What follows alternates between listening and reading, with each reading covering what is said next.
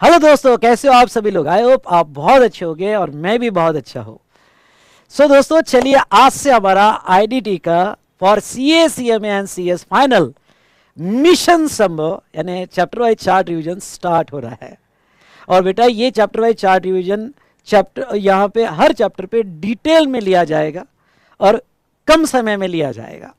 दोस्तों मैं आपको ये बता दूं, सारे एस्पेक्ट्स हम इसमें कवर करने वाले हैं इंक्लूडिंग अमेंडमेंट्स। हाँ, अमेंडमेंट्स यहाँ पे थोड़ा समराइज फॉर्म में होंगे और चैप्टर वाइज कवर होंगे, तो उसके बारे में हम आगे बात करेंगे। दोस्तों मैं आपको एक बात बताना चाहता हूँ कि ये जो रिवीजन है, ये रिवीजन अगर आप कर लेते हो और इसके पास एक बार भी जीएसटी आपने पढ़ा होगा तो ये रिवीजन सफिशिएंट है। आप आने वाले एग्जाम में आईडीटी में अच्छा स्कोर यहाँ पे एक्सपेक्ट कर सकते हो। और इस बार हमें तो टारगेट यही करना है, क्या इस बार 80 पार। तो एक लंबी सांस लो और कहो, जो भी हुआ अच्छा हुआ और जो भी होगा बहुत अच्छा होगा। आए हम कुछ अच्छा करने। दोस्तों हमारा ये रिवीजन चार्ट बेस चलेगा। इसके चार्ट्स में आपको किस तरह से प्रोवाइड करूंगा तो ये थोड़ा समझ लीजिएगा। डिस्क्रिप्शन में आपको एक लिंक मिलेगी, वन स्टॉप सॉल्यूशन लिंक, जिसमें अमेंडमेंट्स, चार्ट बुक की कंप्लीट पीडीएफ दी हुई है। इस बार सारे चैप्टर्स के चार्ट्स मैंने रीअरेंज किए हैं, इसलिए आपके पास अगर कोई एग्जिस्टिंग चार्ट बुक होगी तो बेटा वो अभी मैच नहीं होगी। आपको जो मैंने पीडीएफ दिया है वो यूज़ करना पड़ेगा। और अगर आपको चार्ट बुक की फिजिकल कॉपी आपको चाहिए तो आप हमारे vsmartacademy.com से ऑर्डर कर सकते हो। तो ये जब आप ऑर्डर करोगे तो उसमें आपको जो है जीएसटी के 2 चार्ट बुक मिलेंगे। सर क्या आप कस्टम्स की रिवीजन लेने वाले हो? बिल्कुल, लेकिन कस्टम्स की रिवीजन का चार्ट बुक मैं अभी बना रहा हूँ, इसलिए उसका मैं आपको पीडीएफ जो लिंक दी है उसमें पीडीएफ प्रोवाइड कर दूंगा। लेकिन अभी जो फिजिकल कॉपी अवेलेबल है वो जीएसटी का अवेलेबल है। और आपको सबको पता है जीएसटी 80 मार्क्स का है, इंपॉर्टेंट सिलेबस कवर करता है, सिलेबस का इंपॉर्टेंट वेटेज कवर करता है। तो यहाँ जीएसटी का रेडी है। लेकिन कस्टम्स का भी मैं रिवाइज करूंगा, जिसकी पीडीएफ आपको लिंक में प्रोवाइड कर दूंगा, इंक्लूडिंग फॉरेन ट्रेड पॉलिसी। ये कैसे बच गया भाई, फॉरेन ट्रेड पॉलिसी का भी मैं 50 मिनट्स में पूरा इतना अच्छे से आपको रिवाइज कर दूंगा कि भाई उतना भी पढ़ लिया तो आपके तो बारे न्यारे हो गए। 5 मार्क का क्वेश्चन तो आप डेफिनेटली अच्छे से सॉल्व कर पाओगे। अब आपका सवाल ये है कि सर ये जो आप चैप्टर वाइज रिवीजन ले रहे हो, क्या हमें इसके पहले चैप्टर रीड करना पड़ेगा? तो मैं आपको ये कहूँगा कि अगर आप रेगुलर मैथ से चैप्टर रीड कर लेते हो तो आप बहुत जल्दी ग्रिप पकड़ लोगे, कॉन्सेप्ट मेरे साथ लर्न हो जाएंगे रिवाइज करते वक्त। चलो कोई रीज़न की वजह से आपका चैप्टर रिवाइज करना नहीं हुआ तो कोई बात नहीं, आपको समझ जाएगा, मैपिंग बना लेना, उसके बाद में चैप्टर पढ़ लेना। अब कोई यहाँ पे जरूर ये पूछेगा, सर इतना ही पढ़ लो तो हमारी पढ़ाई हो जाएगी। अब देखो बेटी, ये रिवीजन है। अब बहुत से स्टूडेंट ये कहते हैं कि सर आपके रिवीजन से हमको अच्छे मार्क्स आ गए, आपके रिवीजन से 50 प्लस 60 प्लस आ गए। तो भाई वो स्टूडेंट का फीडबैक है, लेकिन मैं ये कहूँगा कि इसके बाद थोड़ा आपको प्रैक्टिस करना है। हाँ, अगर ये रिवीजन में आपके सारे कॉन्सेप्ट आपको समझ में आ गए तो फिर मैं आपको कहूँगा कि क्वेश्चन बुक लो और क्वेश्चन बुक में से क्वेश्चन सॉल्व करने की कोशिश करो। अगर ये रिवीजन से आपकी मैपिंग बन जाती है तो एक बार रेगुलर मैथ लो, फिर क्वेश्चन बुक पे सॉल्व करो। अब आपका एक सवाल होगा कि सर ये बताइए कि ये रिवीजन में क्या क्वेश्चन भी प्रैक्टिस हो जाएंगे? तो बेटा क्वेश्चन प्रैक्टिस सेशन मेरा जीनी बुक आता है और उसका वीडियो भी मैंने क्या किया है, जो मेरे रेगुलर बैच में रिकॉर्डेड वीडियो है क्वेश्चन आंसर डिस्कशन के, उसके रिकॉर्डेड वीडियो के चैप्टर वाइज बनाया है। ठीक है, तो वो रिकॉर्डेड वीडियो के चैप्टर वाइज मैं अपलोड करूंगा और उसका भी लिंक आपको डिस्क्रिप्शन में जो वन स्टॉप सॉल्यूशन लिंक है उसमें मिल जाएगा। लेकिन मैं सच कहूँ क्या, आप जब क्वेश्चन सॉल्व करोगे तो क्वेश्चन सॉल्व करते वक्त आप जो है खुद ट्राई करना आंसर्स क्वेश्चन से, और उसको स्क्रिबल करते रहना, पॉइंट वाइज बनाते रहना। वीडियो में अपना टाइम कम से कम गमाओ, यहाँ पे रिवीजन कर लो और फिर वो क्वेश्चंस जो है ट्राई करो। हाँ, अगर आपको कहीं दिक्कत जाती है तो देन मेरी जीनी बुक भी लिंक में मिल जाएगा आपको। उतना ही क्वेश्चन देखो तो आपका सब्सटेंशियल टाइम से हो जाएगा। या आपको पूरा चैप्टर देखना है क्वेश्चन आंसर का, जो इंपॉर्टेंट क्वेश्चन मैंने डिस्कस किया है तो वो देख लो। लेकिन एक बात मैं कहूँगा, फरवरी में जो है मेरे वीडियोस कुछ सिलेक्टेड क्वेश्चंस मैं लूँगा और कुछ मास्टर क्वेश्चंस लूँगा। वो सिलेक्टेड और मास्टर क्वेश्चन, क्योंकि इतना बड़ा क्वेश्चन पढ़ना होता नहीं है और मैंने तो बहुत डिटेल में दिया है क्वेश्चन यार भाई साहब, उसके बियॉन्ड आता ही नहीं है, क्योंकि मेरा टारगेट कोई 40-50 नहीं है, मेरा टारगेट है इस बार 80 पार। तो मैं जो है यहाँ पे कुछ सिलेक्टेड क्वेश्चन जो एग्जाम के हिसाब से, और पहले जो हमारे बड़े क्वेश्चंस होते हैं एग्जाम में, तो वो क्वेश्चन का हमारे प्रैक्टिस सेशन अलग से चलेगा जो मैं फरवरी में स्टार्ट करूंगा, जिसकी अनाउंसमेंट अलग आ जाएगी। Stay tune with think GST think Vishal sir, ठीक है। तो फर्स्ट वीक ऑफ फरवरी में उसकी अनाउंसमेंट आ जाएगी, तब तक रिवाइज तो कर लो। फिर सेकंड फटाफट क्वेश्चन प्रैक्टिस, नेक्स्ट आरटीपी और कुछ आप मॉक टेस्ट दे दो भाई साहब। आईडीटी में इस बार 80 पास जाना है। नाउ ये सारी बातें मैंने आपको कही। सर अमेंडमेंट्स, क्या ये रिवीजन के पहले अमेंडमेंट्स हमको देखना जरूरी है? तो मैं आपको ये कहूँगा कि एक काम कर लो, अमेंडमेंट का वीडियो मैंने डाला हुआ है, वीडियो 1 आने वाला है, थोड़ा वो बड़ा वीडियो है पर उसके बाद के छोटे छोटे वीडियोस है, ऐसे टोटल 3 वीडियोस है। ओके, तो टोटल अमेंडमेंट 6 से 7 घंटा जाएगी, उससे ज़्यादा नहीं जाएगी। तो वो अगर आप अमेंडमेंट देख लोगे तो वो केस में आपको जब मैं रिवाइज कराऊंगा तो आप लिंक कर लोगे, क्योंकि इसमें समराइज फॉर्म में सारे सर्कुलर्स दी है और इस बार सर्कुलर्स ही ज़्यादा है। तो मैं आपको स्ट्रांगली सजेस्ट करूंगा कि वो अमेंडमेंट्स देख लेना, सो दैट आपको रिवीजन के लिए हेल्प होगा। अब लास्ट और इंपॉर्टेंट पॉइंट, वैसे तो आपके बहुत सारे क्वेश्चंस होते हैं पर चलो जितने मुझे याद आए मैंने ले लिया। सर ये हमारा रिवीजन सेशन लाइव स्ट्रीमिंग चलेगा या रिकॉर्डेड? देखो ये रिकॉर्डेड होगा, क्योंकि जैसे ही मुझे टाइम मिलता है आपके लिए बेटा, सुबह 5 बजे 6 बजे या जब भी मुझे टाइम मिलेगा मैं रिकॉर्ड कर लूँगा, क्योंकि मेरी अभी करंट एग्जिस्टिंग कमिटमेंट्स भी है। ओके, तो मेरी फाइनल की रेगुलर बैच और इंटर की बैच चालू है, तो जैसे मुझे टाइम मिलेगा मैं रिकॉर्ड कर दूंगा, लेकिन शेड्यूल के हिसाब से आपको सारे वीडियोज़ आ जाएंगे। अब सर इसका शेड्यूल, वीडियो का शेड्यूल कैसे मिलेगा? तो आपको इसका शेड्यूल जो है नीचे डिस्क्रिप्शन में मैं लिंक प्रोवाइड करूंगा, तो उसमें वो शेड्यूल उसमें मिल जाएगा। वो ऑन गूगल ड्राइव लिंक है। डेट वाइज मैंने और चैप्टर वाइज शेड्यूल दिया हुआ है। अगर उसमें कुछ चेंज हो जाता है तो मैं डेट चेंज कर दूंगा, तो आपको अकॉर्डिंगली रिफ्लेक्ट हो जाएगा। और ये शेड्यूल मैं वन स्टॉप सॉल्यूशन लिंक में भी डाल दूंगा जो डिस्क्रिप्शन में दिया हुआ है। और आप जो अभी डिस्क्रिप्शन में टेलीग्राम चैनल पे कनेक्टेड है, तो टाइम टू टाइम मैं आपको अपडेट करते रहूँगा। सो भाई साहब इससे ज़्यादा और क्या चाहिए, ठीक है। तो इस तरह से मैं आपको अपडेट करते रहूँगा। तो मोस्टली हम शेड्यूल के हिसाब से चलेंगे। अगर कभी थोड़ा बहुत इधर उधर हो जाए तो मैं शेड्यूल रिवाइज करते रहूँगा। हाँ, और साथ साथ में मैं आपके टेस्ट का भी प्लान कर रहा हूँ, तो उस शेड्यूल में आपको आ जाएगा। तो ये आपको कंप्लीट शेड्यूल मिल जाएगा। अब शेड्यूल का फ़ायदा क्या होगा आपको? फ़ायदा ये होगा कि भाई साहब अगर आप शेड्यूल आपके सामने और नेक्स्ट चैप्टर में कौन सा लेने वाला हो ये आपको पता है, तो आप फटाफट उसको रेगुलर मैथ से रिवाइज कर सकते हो, सो दैट मेरे साथ रिवीजन में, और ये रिवीजन कम समय में फटाफट आपका रिवाइज हो जाएगा और फिर आप क्वेश्चन डिस्कशन पे कर सकते हो। मैं आपको ये कहूँ कि सेकेंड ग्रुप में आईडीटी ऐसा सब्जेक्ट है, सेकेंड क्या दोनों ग्रुप में आईडीटी ऐसा सब्जेक्ट है कि जो आप अगर ध्यान से पढ़ो और थोड़ा कंसिडरेबल टाइम देके पढ़ो तो अच्छा स्कोर कर सकते हो। प्रॉब्लम क्या हो जाता है कि आईडीटी आपका ऑफिस में हो जाता है, या फिर आईडीटी आपका जो है यहाँ पे इंटर लेवल पे हो जाता है, तो आप थोड़ा आईडीटी के साथ खिलवाड़ कर लेते हो। भाई कम समय में फटाफट कर लिया, और फिर आपने डीटी पे ज़्यादा फोकस किया या अदर सब्जेक्ट पे ज़्यादा फोकस कर लिया। अब देखो जिस पे ज़्यादा आपने टाइम दिया है उस पर डिफिकल्ट पेपर आ जाता है, और आईडीटी का पेपर मैं कहूँगा बहुत यहाँ पे इजी नहीं पर एवरेज और थोड़ा एवरेज के ऊपर आता है। हाँ, एक लास्ट के 1-2 पेपर थोड़ा डिफिकल्ट लेवल पे पूछे गए, पेपर 6 में भी पूछा गया, लेकिन मुझे इतना कॉन्फिडेंस है कि आप थोड़ा डेप्थ में पढ़ लो, आप थोड़ा अच्छे से पढ़ लो, टाइम देके पढ़ लो, तो डेफिनेटली आप एक स्कोरिंग सब्जेक्ट ले सकते हो जो आपका ग्रुप 2 निकाल सकता है। तो दोस्तों इस बात का ध्यान रखना। और चलिए हम हमारी रिवीजन स्टार्ट करेंगे। तो दोस्तों यहाँ पे हमारे आपके और कोई क्वेश्चंस हो गए तो कमेंट में जरूर दीजिएगा, मैं नेक्स्ट सेशन में, रिवीजन सेशन में वो भी क्वेश्चंस आपके एड्रेस कर लूँगा। अब रिगार्डिंग टू बुक मटेरियल कि सर हमें बुक मटेरियल परचेस करना है क्या, तो मैं लास्ट एक कमेंट आपको दे देता हूँ कि जिसके पास मेरे मई और नवंबर 24 एग्जाम के क्वेश्चनर या रेगुलर मैथ पड़ा हुआ है उनको नए परचेस करने की ज़रूरत नहीं है, क्योंकि अमेंडमेंट्स देख लो और अमेंडमेंट्स इस बार क्लैरिफिकेशन ही है। तो उतना देख लो, दैट्स इनफ, कोई ज़रूरत नहीं है, आपकी जहाँ मैपिंग बनी है वही। हाँ, चार्ट बुक पूरा मैंने कंप्लीट रीअरेंज किया हुआ है, तो वो चार्ट बुक देख लेना। अब एक लास्ट क्वेश्चन आपका जो है वो चार्ट बुक देख लेना, मतलब चार्ट बुक नया परचेस करना पड़ेगा या मैंने जो पीडीएफ दिया है।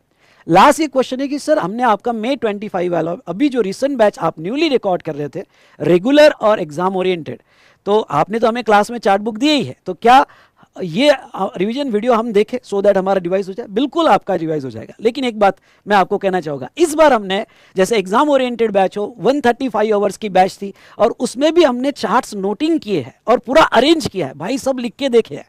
तो आपका लिखे हुआ चार्ट आपके पास है। हाँ, वो चार्ट में फिर मैंने अभी जो ये स्टूडेंट को मैं चार्ट प्रोवाइड कर रहा हूँ या स्क्रीन पे जो चार्ट लूंगा रिवीजन, तो जो मैंने आपको अलग से कहा कि भाई चीट पे लिखो और अटैच कर दो, स्टेपल से अटैच कर दो, वो मैंने अभी चार्ट में इनकॉर्पोरेट कर दी है। तो आपका चार्ट ही आप यूज कर सकते हो, लेकिन जो जो चीजें मैंने आपको एडिशनल कही थी और आपने की थी, तो वो चीजें मैंने इनकॉर्पोरेट कर ली है। और सर्कुलर जो मैं थोड़ा थ्योरी में था, तो उसको टेबुलर फॉर्म में ले लिया है, बाकी लगभग सेम है। और अमेंडमेंट्स पूरे हमारे चार्ट बुक में कवर है। अगर आपको ऐसा लगता है कि भाई ये जो चार्ट बुक का अरेंजमेंट ज्यादा अच्छा है, तो मैंने आपको पीडीएफ दिया है, उसका प्रिंट आउट ले लेना, या आपके लिखे हुए चार्ट, इस बार तो पूरे चार्ट हमने ये लिमिटेड आवर्स में, एग्जाम ओरिएंटेड रेगुलर बैच में 135 आवर्स में बहुत अच्छे से किया हुआ है, तो वो आपने ले लेना। चलिए ओके, तो दोस्तों मैं और रेगुलर बैच में भी हमने बहुत अच्छे से किया, तो ये जो है मैंने आपको डिटेल्स दे दी। बाकी आपको सेशन अच्छा लगे तो आपका एक काम है, कमेंट्स दीजिएगा और लाइक करिएगा, और कमेंट्स में आपके कोई डाउट्स है तो जरूर लिखिएगा, सो दैट ओके मैं नेक्स्ट सेशन में उसको कवर कर सकूं। तो चलिए स्टार्ट करते हैं हमारा ये मिशन संभव फॉर योर दिस आने वाला मई नवंबर एग्जामिनेशन। ठीक है, तो चलिए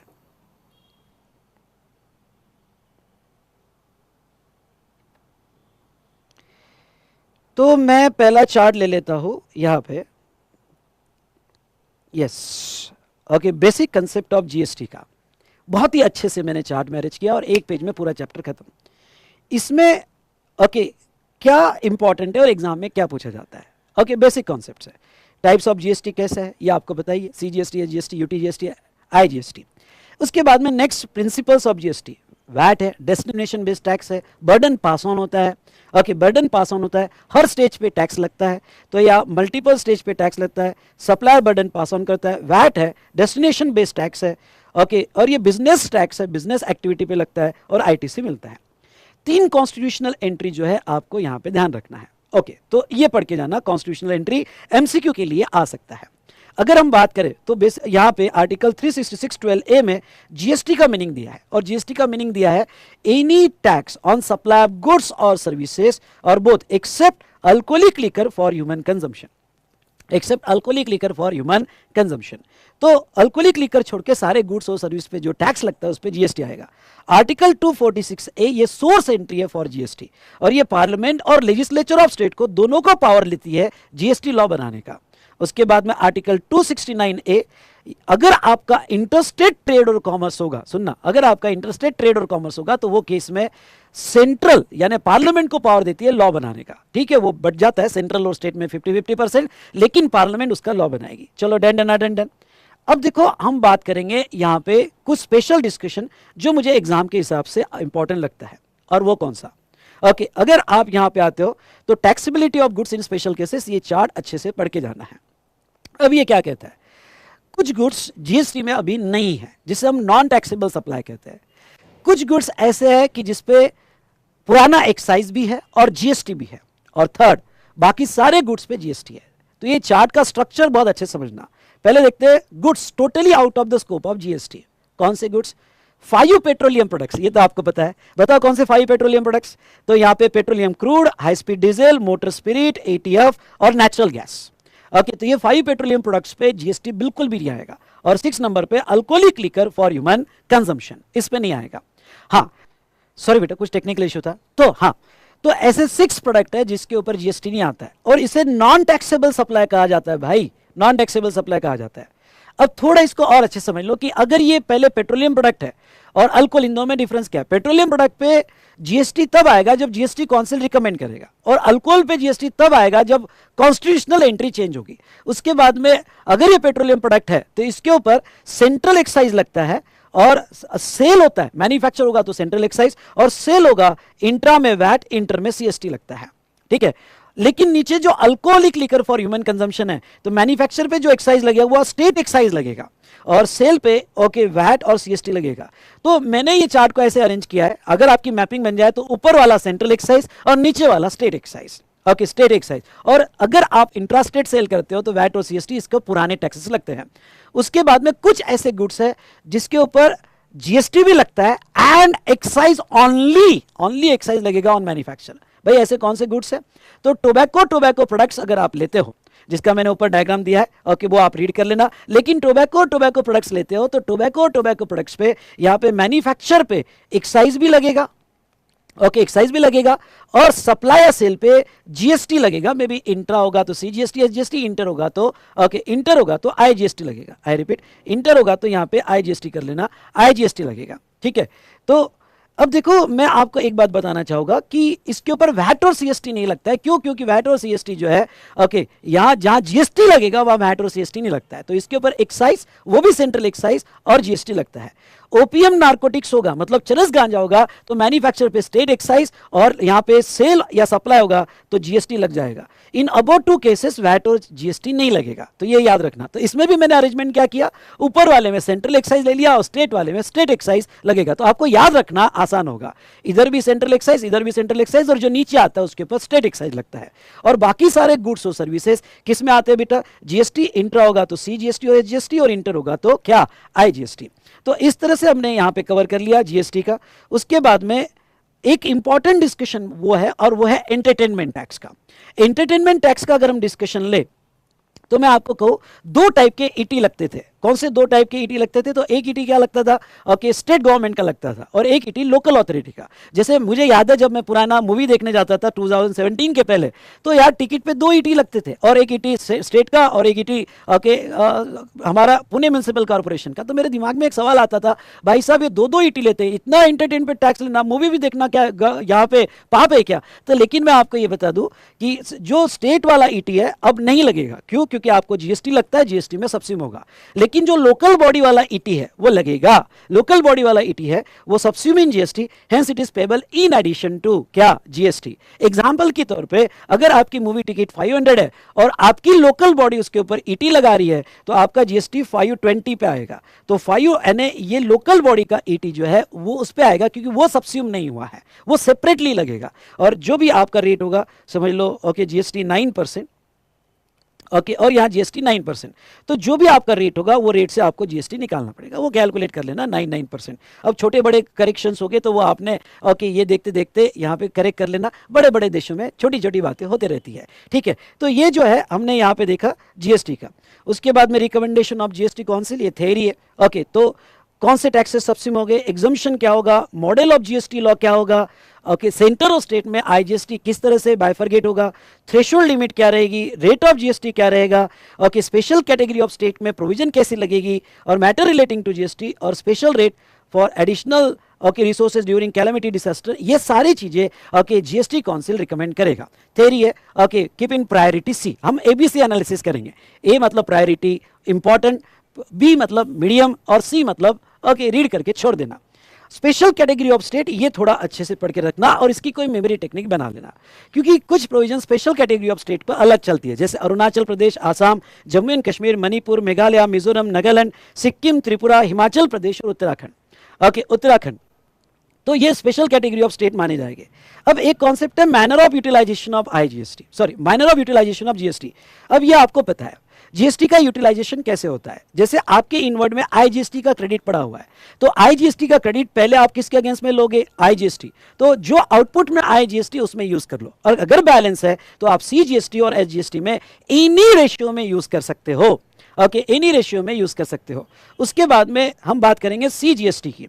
तो सीजीएसटी जो है यहाँ पे फर्स्ट सीजीएसटी में, बचा हुआ बैलेंस आईजीएसटी में, और एसजीएसटी यूजीएसटी में। ओके, तो एसजीएसटी यूटीजीएसटी पहले एसजीएसटी यूटीजीएसटी में, बचा हुआ आईजीएसटी में।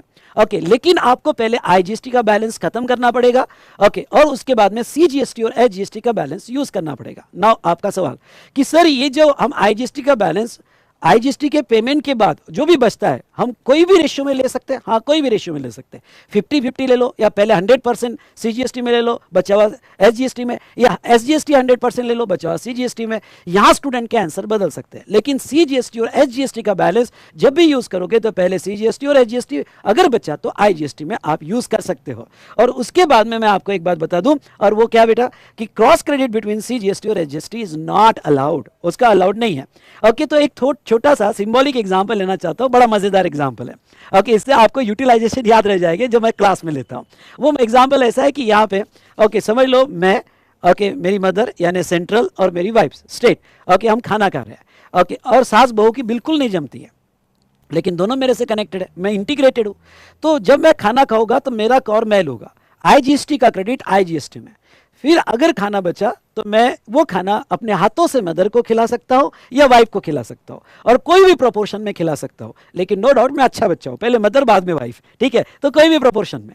लेकिन सीजीएसटी मतलब मेरी मदर, ओके, मेरी मदर जो है यहाँ पे पहले खुद खाना खाएगी, बचा तो मुझे खिलाएगी, लेकिन वो मेरे वाइफ को नहीं खिलाएगी, पड़ती नहीं है, ओके, क्रॉस क्रेडिट अलाउड नहीं है। और मेरी वाइफ पहले खुद खाना खाएगी और मेरे को खिलाएगी, ओके, पर मेरी मदर को नहीं खिलाएगी, क्रॉस क्रेडिट है, जमता नहीं है। तो जैसा आपको ये बता रहा हूं, तो इस तरह से हमने कुछ इंपॉर्टेंट एस्पेक्ट देखे जो बेसिक चैप्टर था उसमें। और उसके बाद में मैं आपको ये कहना चाहूंगा कौन कौन से टैक्सेस सब्स्यूम हुए जीएसटी में, उसकी लिस्ट मैंने दी है, सेंट्रल और स्टेट, और कौन से टैक्सेस सब्स्यूम नहीं हुए उसकी लिस्ट मैंने यहाँ पे दी है। तो चलो, ये एक बेसिक इंट्रोडक्शन था, वार्म अप था, ओके, इसमें जो जो इंपॉर्टेंट एस्पेक्ट थे मैंने कवर कर लिया, बस इतना अच्छे से पढ़ लो, दैट्स इनफ, ओके, आप अच्छे से कवर कर लोगे।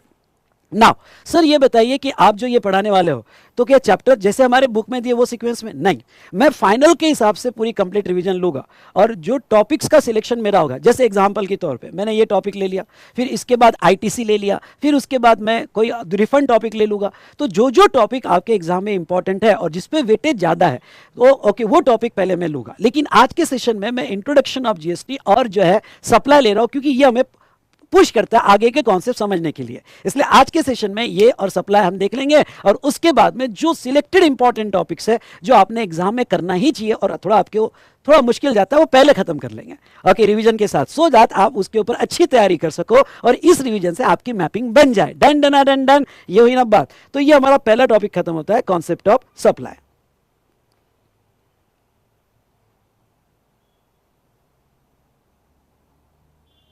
जस्ट मिनट बेटा, अब आ जाओ आप सेकंड टॉपिक में। कितना फटाफट पहला टॉपिक पहले हो गया, ओके, अब आ जाओ आप सेकंड टॉपिक में, और वो सेकंड टॉपिक है यहाँ पे, yes, charge of the GST and concept of supply.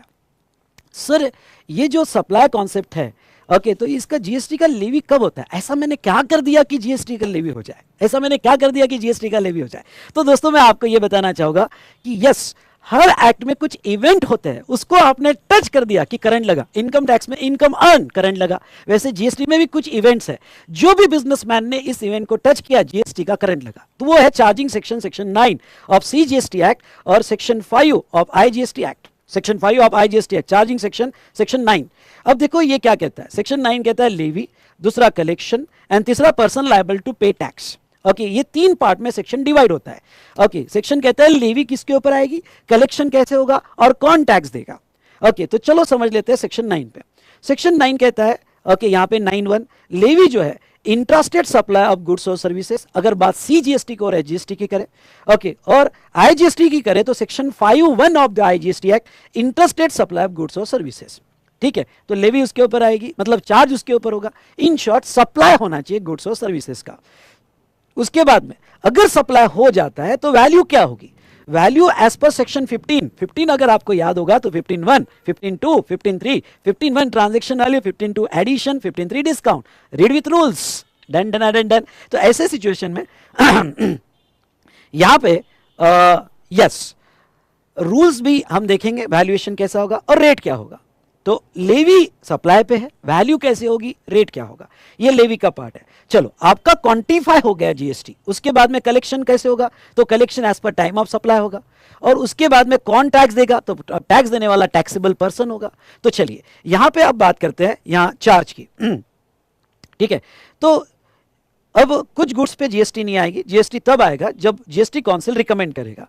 Alcoholic liquor and undenatured extra neutral alcohol rectified spirit, यानी जिसको मैं ENA कहता हूं, ओके, फॉर ह्यूमन कंजम्पशन। अब मैं ये आपको बताना चाहूंगा कि ये undenatured extra neutral alcohol rectified spirit use for manufacture of alcoholic liquor, ये मई 25 को नहीं, नवंबर 25 या ऑनवर्ड्स एप्लीकेबल रहेगा। अभी तो आपके एक्सेप्शन में अल्कोहलिक लीकर ही रहेगा, और अल्कोहलिक लीकर पर जीएसटी नहीं आएगा, ये एक्सक्लूड किया गया है, ये नॉन टैक्सेबल सप्लाई माना जाता है। सेक्शन 9(2) कहता है कि 5 पेट्रोलियम प्रोडक्ट्स, ओके, उस पर जीएसटी तब आएगा जब जीएसटी काउंसिल रिकमेंड करेगा। तो अगर मैं एनालिसिस ले लूं, ओके, ये टेबल से, तो एनालिसिस क्या, तो अगर आपका alcoholic liquor for human consumption होगा तो जीएसटी नहीं आता है। तो ओके जीएसटी पे क्रॉस कर दिया, पर क्या इसके ऊपर एक्साइज आता है? चलो हमारा पहले पेज वाला चार्ट याद करो। हाँ एक्साइज आता है। कौन सा एक्साइज आता है? स्टेट एक्साइज आता है। और इसके सेल पे वैट और सीएसटी आता है। हाँ वैट और सीएसटी आता है। पेट्रोलियम प्रोडक्ट्स जीएसटी नहीं आता है, पर क्या इसके ऊपर मैन्युफैक्चर पे एक्साइज आता है? हाँ आता है मैन्युफैक्चर पे एक्साइज। कौन सा एक्साइज आता है? तो सेंट्रल। और वैट और सीएसटी इसके ऊपर, बिल्कुल वैट और सीएसटी आता है, और वैट और सीएसटी भी इसके ऊपर आएगा। टोबैको प्रोडक्ट्स होगा तो जीएसटी भी आएगा, सेंट्रल एक्साइज, पर वैट और सीएसटी नहीं। ओपीएम इंडियन हेम्प नारकोटिक्स होगा, चरस गांजा नारकोटिक्स होगा, तो जीएसटी भी आएगा, स्टेट एक्साइज आएगा पर नहीं। और बाकी सारे प्रोडक्ट सिर्फ जीएसटी में आएंगे, बाकी कोई भी कॉन्सेप्ट यहां एप्लीकेबल नहीं होंगे। तो ये हमने देखा रिगार्डिंग टू यहां पे रिगार्डिंग टू यहां पे सेक्शन 9(1) और लीवी का अप्लीकेबिलिटी, और कहा कौन से प्रोडक्ट पे नहीं लगेगा और कौन से प्रोडक्ट पे लगेगा, ये भी हमने डिस्कस कर लिया। उसके बाद में डेफिनेशन ऑफ इंडिया। इंडिया यानी क्या? तो टेरिटरी ऑफ इंडिया यानी land mass of India, India में आ गया। फिर वाटर का कितना पार्ट? तो वाटर का टेरिटोरियल वाटर मतलब 12 nautical miles from the sea shore, वो यहाँ पे टेरिटोरियल वाटर कवर हो जाएगा। Sea bed and subsoil underlying such water, वो वाटर के नीचे मतलब 12 नॉटिकल माइल्स तक। ओके यानी अगर हम देखें तो यहाँ पे ये 12 नॉटिकल माइल्स है। ओके ये टेरिटोरियल वाटर है, इसके नीचे जो सी बेड है या सबसॉइल है, ओके वो भी इंडिया के डेफिनेशन में आ जाएगी। मतलब ओके वाटर भी आएगा, पाताल लोक भी आएगा, तो इसके नीचे का सीबेड और सबसॉइल इंडिया में आ जाएगा। उसके बाद में नेक्स्ट अगर हम बात करें तो continental shelf, exclusive economic zone and any other maritime zone. अब देखो क्या कॉन्टिनेंटल शेल्फ क्या होता है?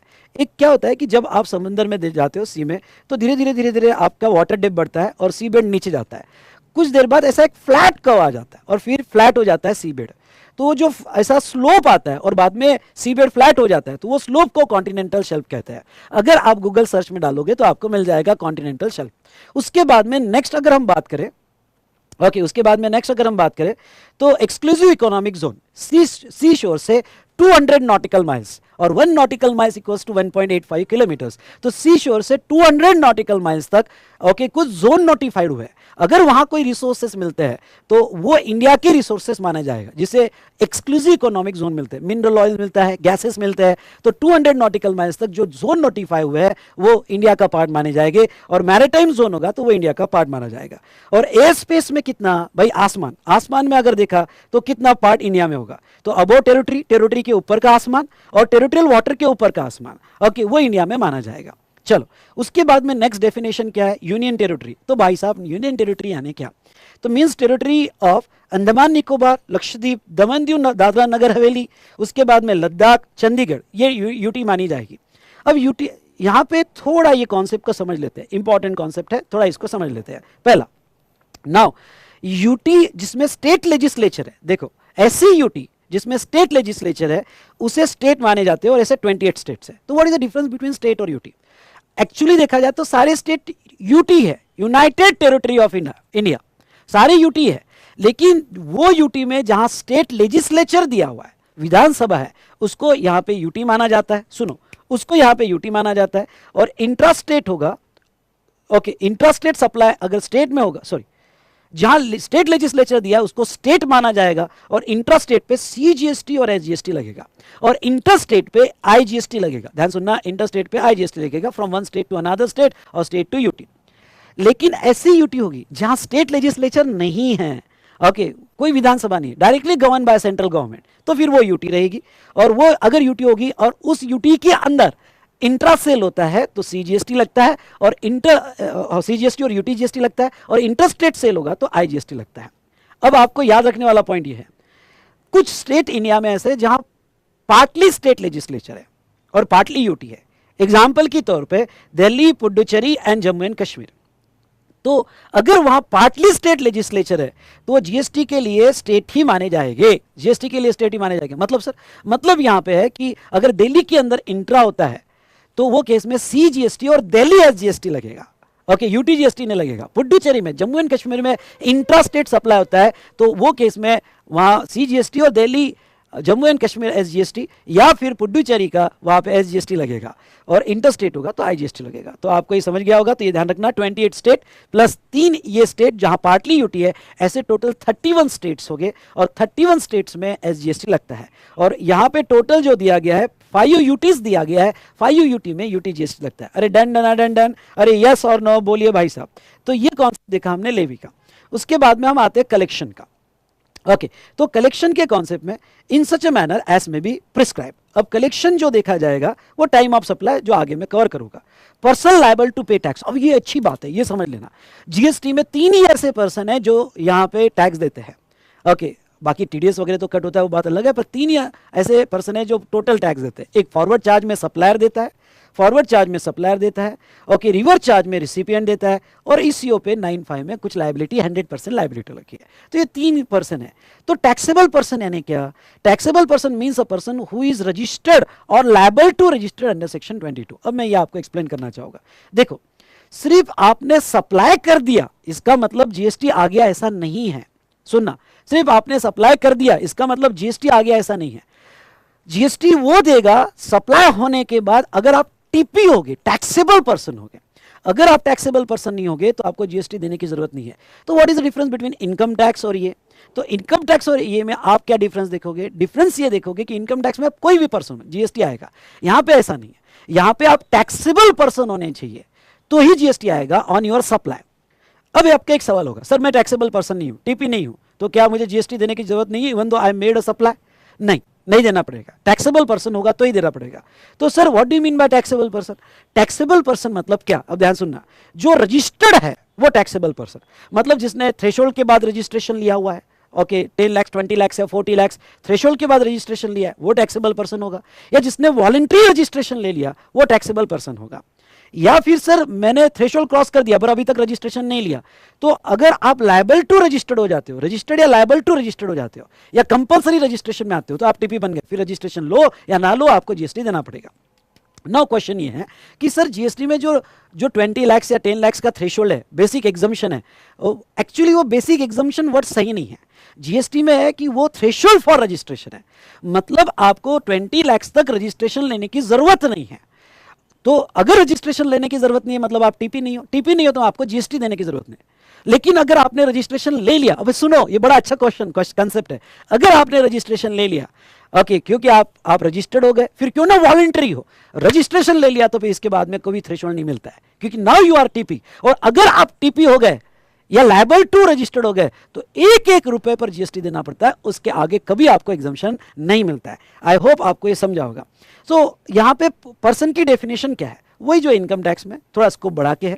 ओके पर्सन मतलब क्या बेटा? Individual, HUF, company, firm, LLP, AOP, BOI, corporation, body corporate, cooperative society, local authority, government also person की डेफिनेशन में आएगा, सोसाइटी, ट्रस्ट और एनी आर्टिफिशियल जुडिशियल पर्सन, किसी को नहीं छोड़ा।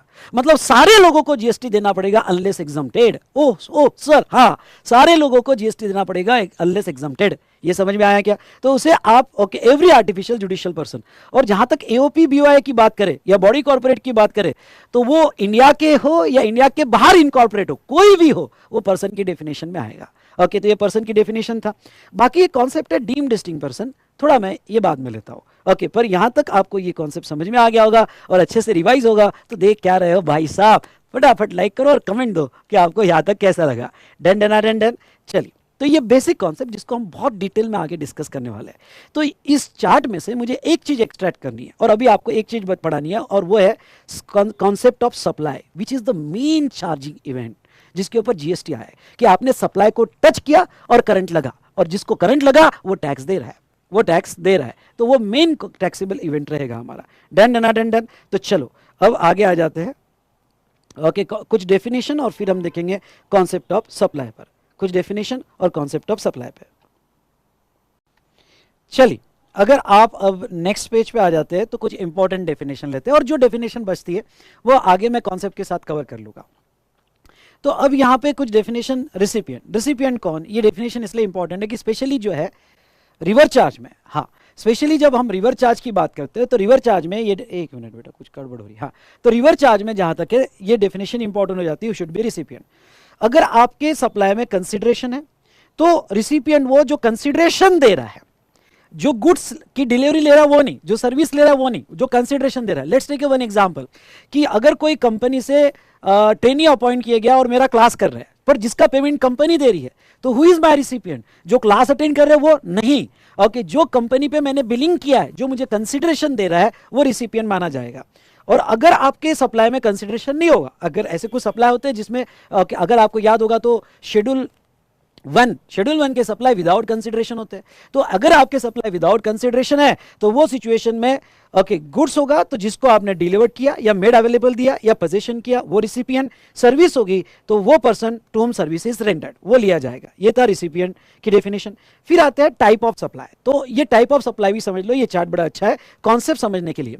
टाइप ऑफ सप्लाई में दो टाइप के मेजर सप्लाई होते हैं, एक टैक्सेबल सप्लाई होता है और नॉन टैक्सेबल सप्लाई होता है। एक ही वर्ड पे ये डेफिनेशन है, जिसके ऊपर लेवी है वो टैक्सेबल सप्लाई, जिसके ऊपर लेवी ही नहीं है वो नॉन टैक्सेबल सप्लाई। अब जीएसटी में जब भी दिमाग में एक पॉइंट ध्यान रखना, अरे इधर देख बेटा, एक पॉइंट ध्यान रखना कि यहां पे नॉन टैक्सेबल सप्लाई जब भी कहूं मतलब 6 प्रोडक्ट्स, कौन से 6 प्रोडक्ट्स, यहां पे कौन से 6 प्रोडक्ट बेटा, कि यहां पे 5 petroleum product, alcoholic liquor for human consumption, और अगर आप नवंबर और उसके आगे के आइटम के लिए अपेयर हो रहे तो एक प्रोडक्ट और ऐड किया ईएनए और डी नेचर स्पिरिट। ओके, तो वो ऐसे टोटल 7 हो जाएंगे। तो मैं क्या कह रहा हूं आपको कि जो 6 प्रोडक्ट्स है, ध्यान से सुनना, 6 प्रोडक्ट है तो यहां पे वो 6 प्रोडक्ट नॉन टैक्सेबल माने जाएंगे। अब कुछ स्टूडेंट मुझे देख रहे होंगे और सवाल पूछ सकते हैं कि सर आपने रेगुलर बैच में जो डीनेचर्ड अल्कोहल या ईएनए लिया है वो मई 25 को अप्लीकेबल नहीं है क्या? तो नहीं, वो नवंबर 25 को अप्लीकेबल है। डन, ओके, नवंबर 25 को अप्लीकेबल है। तो not leviable to GST petroleum product और alcoholic liquor for human consumption. Now उसके बाद में यहां पे अगर टैक्सेबल सप्लाई की बात करें तो टैक्सेबल सप्लाई में 4 कैटेगरी आती है। चार्जेबल जिसके ऊपर जीएसटी देना है, जीरो रेट जो एक्सपोर्ट के बेनिफिट्स है, नील रेट सप्लाई और एग्जाम सप्लाई। अच्छा, ये चारों टैक्सेबल है, लीवी है, पर ऐसे कुछ सप्लाई है जो ये 3 है जिसके ऊपर कुछ ना कुछ रीजन के वजह से गवर्नमेंट ने माफी दी है कि मत दे टैक्स। ओके, तो चार्जेबल मतलब जिसके ऊपर जीएसटी एप्लीकेबल है, रेट से जीएसटी देना है। जीरो रेट मतलब क्या? जीरो रेट आएगा बेटा, ओके, ये एक तरह का प्रमोशन है, इंसेंटिव है गवर्नमेंट का। अब देखो जीएसटी में जब भी जीरो रेट आएगा मतलब एग्जाम नहीं, मतलब नील नहीं, जीरो रेट मतलब एक्सपोर्ट बेनिफिट। सुनना, जीरो रेट मतलब एक्सपोर्ट बेनिफिट। और एक्सपोर्ट बेनिफिट क्या है? तो देखो government has given export benefit direct exporter और सप्लाई टू एसईजेड, और supply to SEZ for authorise operation. आपको वहां लिखना है तो लिख देना, फॉर ऑथराइज ऑपरेशन। मतलब अगर आप एक्सपोर्ट करोगे, इंडिया के बाहर एक्सपोर्ट करोगे तो आपको गवर्नमेंट रेट जीरो करती है, विदाउट पेमेंट ऑफ जीएसटी आप एक्सपोर्ट करो। क्यों? क्योंकि इंटरनेशनल मार्केट में हम एक्सपोर्ट को प्रमोट करना चाहते हैं, प्राइसेस कम रखना चाहते हैं, तो जीएसटी नहीं लगाएंगे। या आप स्पेशल इकोनॉमिक जोन देते हो तो स्पेशल इकोनॉमिक जोन यूनिट्स को देते हो, डेवलपर को देते हो फॉर ऑथराइज ऑपरेशन, तो वो भी एक्सपोर्ट माना जाएगा। ओके, तो कैसा होता है, एक थोड़ा आपको सिंबॉलिक एग्जाम्पल देता हूँ और बड़ा अच्छा एग्जाम्पल है। अगर आप एक्सपोर्ट कर रहे हैं तो गवर्नमेंट कहती है वाह ये मेरा लड़का है, चल कोई जीएसटी नहीं, जीरो कर दिया तेरा GST, without payment GST, okay export कर लो, पर वो टैक्सेबल है। और देखो तुम डायरेक्ट एक्सपोर्ट नहीं कर रहे, एसईजेड को दे रहे हो जो आगे एक्सपोर्ट करेगा, SEZ only for authorise operation, जो आगे एक्सपोर्ट करेगा, तो वो भी यहाँ पे जो है एक्सपोर्ट माना जाता है। तो एसईजेड तो इंडिया में है, तो वो आपने कभी सुना होगा ना कि मैं तपस्या करके भगवान तक पहुंचूंगा, भगवान से मिलूंगा, यानी एक्सपोर्ट। और मेरी में इतनी ताकत नहीं है तपस्या करने की, तो फिर मैं जो है जो लोग तपस्या कर रहे हैं, साधु संत, उनको मैं प्रणाम करूंगा तो मेरा प्रणाम भगवान तक पहुंच जाएगा। तो इन शॉर्ट मैं एसईजेड जो एक्सपोर्ट करने वाले उनको प्रणाम करूंगा, तुमको दूंगा, तो वो एक्सपोर्ट मान लिया जाएगा फॉर ऑथराइज ऑपरेशन। उसके बाद में हाँ ये ध्यान रखना, ऑथराइज ऑपरेशन को ही बेनिफिट्स दिए, आगे हम डिस्कस करेंगे। नील रेट सप्लाई की अगर हम बात करें तो नील रेट सप्लाई मतलब एक्सपोर्ट नहीं। नील रेट सप्लाई मतलब जिसके आगे रेट ही नील दिया है, जैसे वेजिटेबल के आगे नील रेट दिया हुआ है, रेट ही नील दिया हुआ है, तो उसको नील रेट कहा जाता है। नाउ एग्जाम सप्लाई मतलब क्या? एग्जाम सप्लाई मतलब जिसका नॉर्मल रेट तो टैरिफ में है, टैरिफ में नॉर्मल रेट है, but by notification to promote socio economic objective government ने उसको अलग से एग्जाम्पशन दिया है। मतलब रेट तो 18% है, 5% है, पर गवर्नमेंट ने टेम्पररी अलग एग्जाम्पशन दिया है। अब आपका एक सवाल, क्या sir what is the difference between nil rate and exempt supply? Nil rate supply, ध्यान सुनना, नील रेट सप्लाई में रेट इटसेल्फ नील है, टैरिफ में उसके सामने नील लिखा हुआ है, और एग्जाम में ऐसा नहीं है, एग्जाम में रेट दिए हुए हैं पर गवर्नमेंट ने टेम्पररी पीरियड के लिए एग्जाम किया है, वो एग्जाम है। तो एक सवाल ये भी हो सकता है, सर जीरो रेट और एग्जाम में क्या डिफरेंस है? जीरो रेट ये एक्सपोर्ट बेनिफिट्स है, इसमें आईटीसी मिलते हैं, जीरो रेट में रजिस्ट्रेशन करवाने पड़ते हैं, एग्जाम में यहाँ पे आईटीसी नहीं मिलते हैं। और सेक्शन 23 के हिसाब से अगर आप एक्सक्लूसिवली एग्जाम सप्लाई हो तो आपको रजिस्ट्रेशन करवाने की भी कोई जरूरत नहीं है। लेकिन यहाँ पे थोड़ा स्ट्रक्चर समझ लेना, नॉन टैक्सेबल सप्लाई अलग ही, वो petroleum product and alcoholic liquor product जो भी है वो अलग ही। और ये सप्लाई टैक्सेबल है, पर कहीं जीरो रेट है, कहीं नील रेट है और कहीं एग्जम्प्ट है।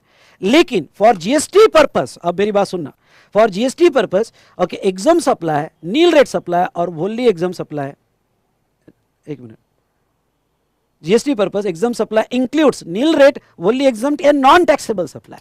अब देखो नॉन टैक्सेबल सप्लाई और एग्जाम सप्लाई में फर्क है, लेकिन इसके आगे जब भी एग्जाम सप्लाई वर्ड आएगा तो एग्जाम सप्लाई में आपको 3 सप्लाई लेने, चलो बोले कौन से 3 सप्लाई लेने, तो पहला आपको सप्लाई लेना वोनली एग्जाम, दूसरा लेना है नील रेट और तीसरा लेना है क्या, नॉन टैक्सेबल सप्लाई भी जीएसटी पर्पस के लिए एग्जाम माना जाएगा, जबकि दोनों में डिफरेंस है, दोनों में डिफरेंस है। चलो ओके उसके बाद में यहां पे कुछ और डेफिनेशन हम ले लेते हैं।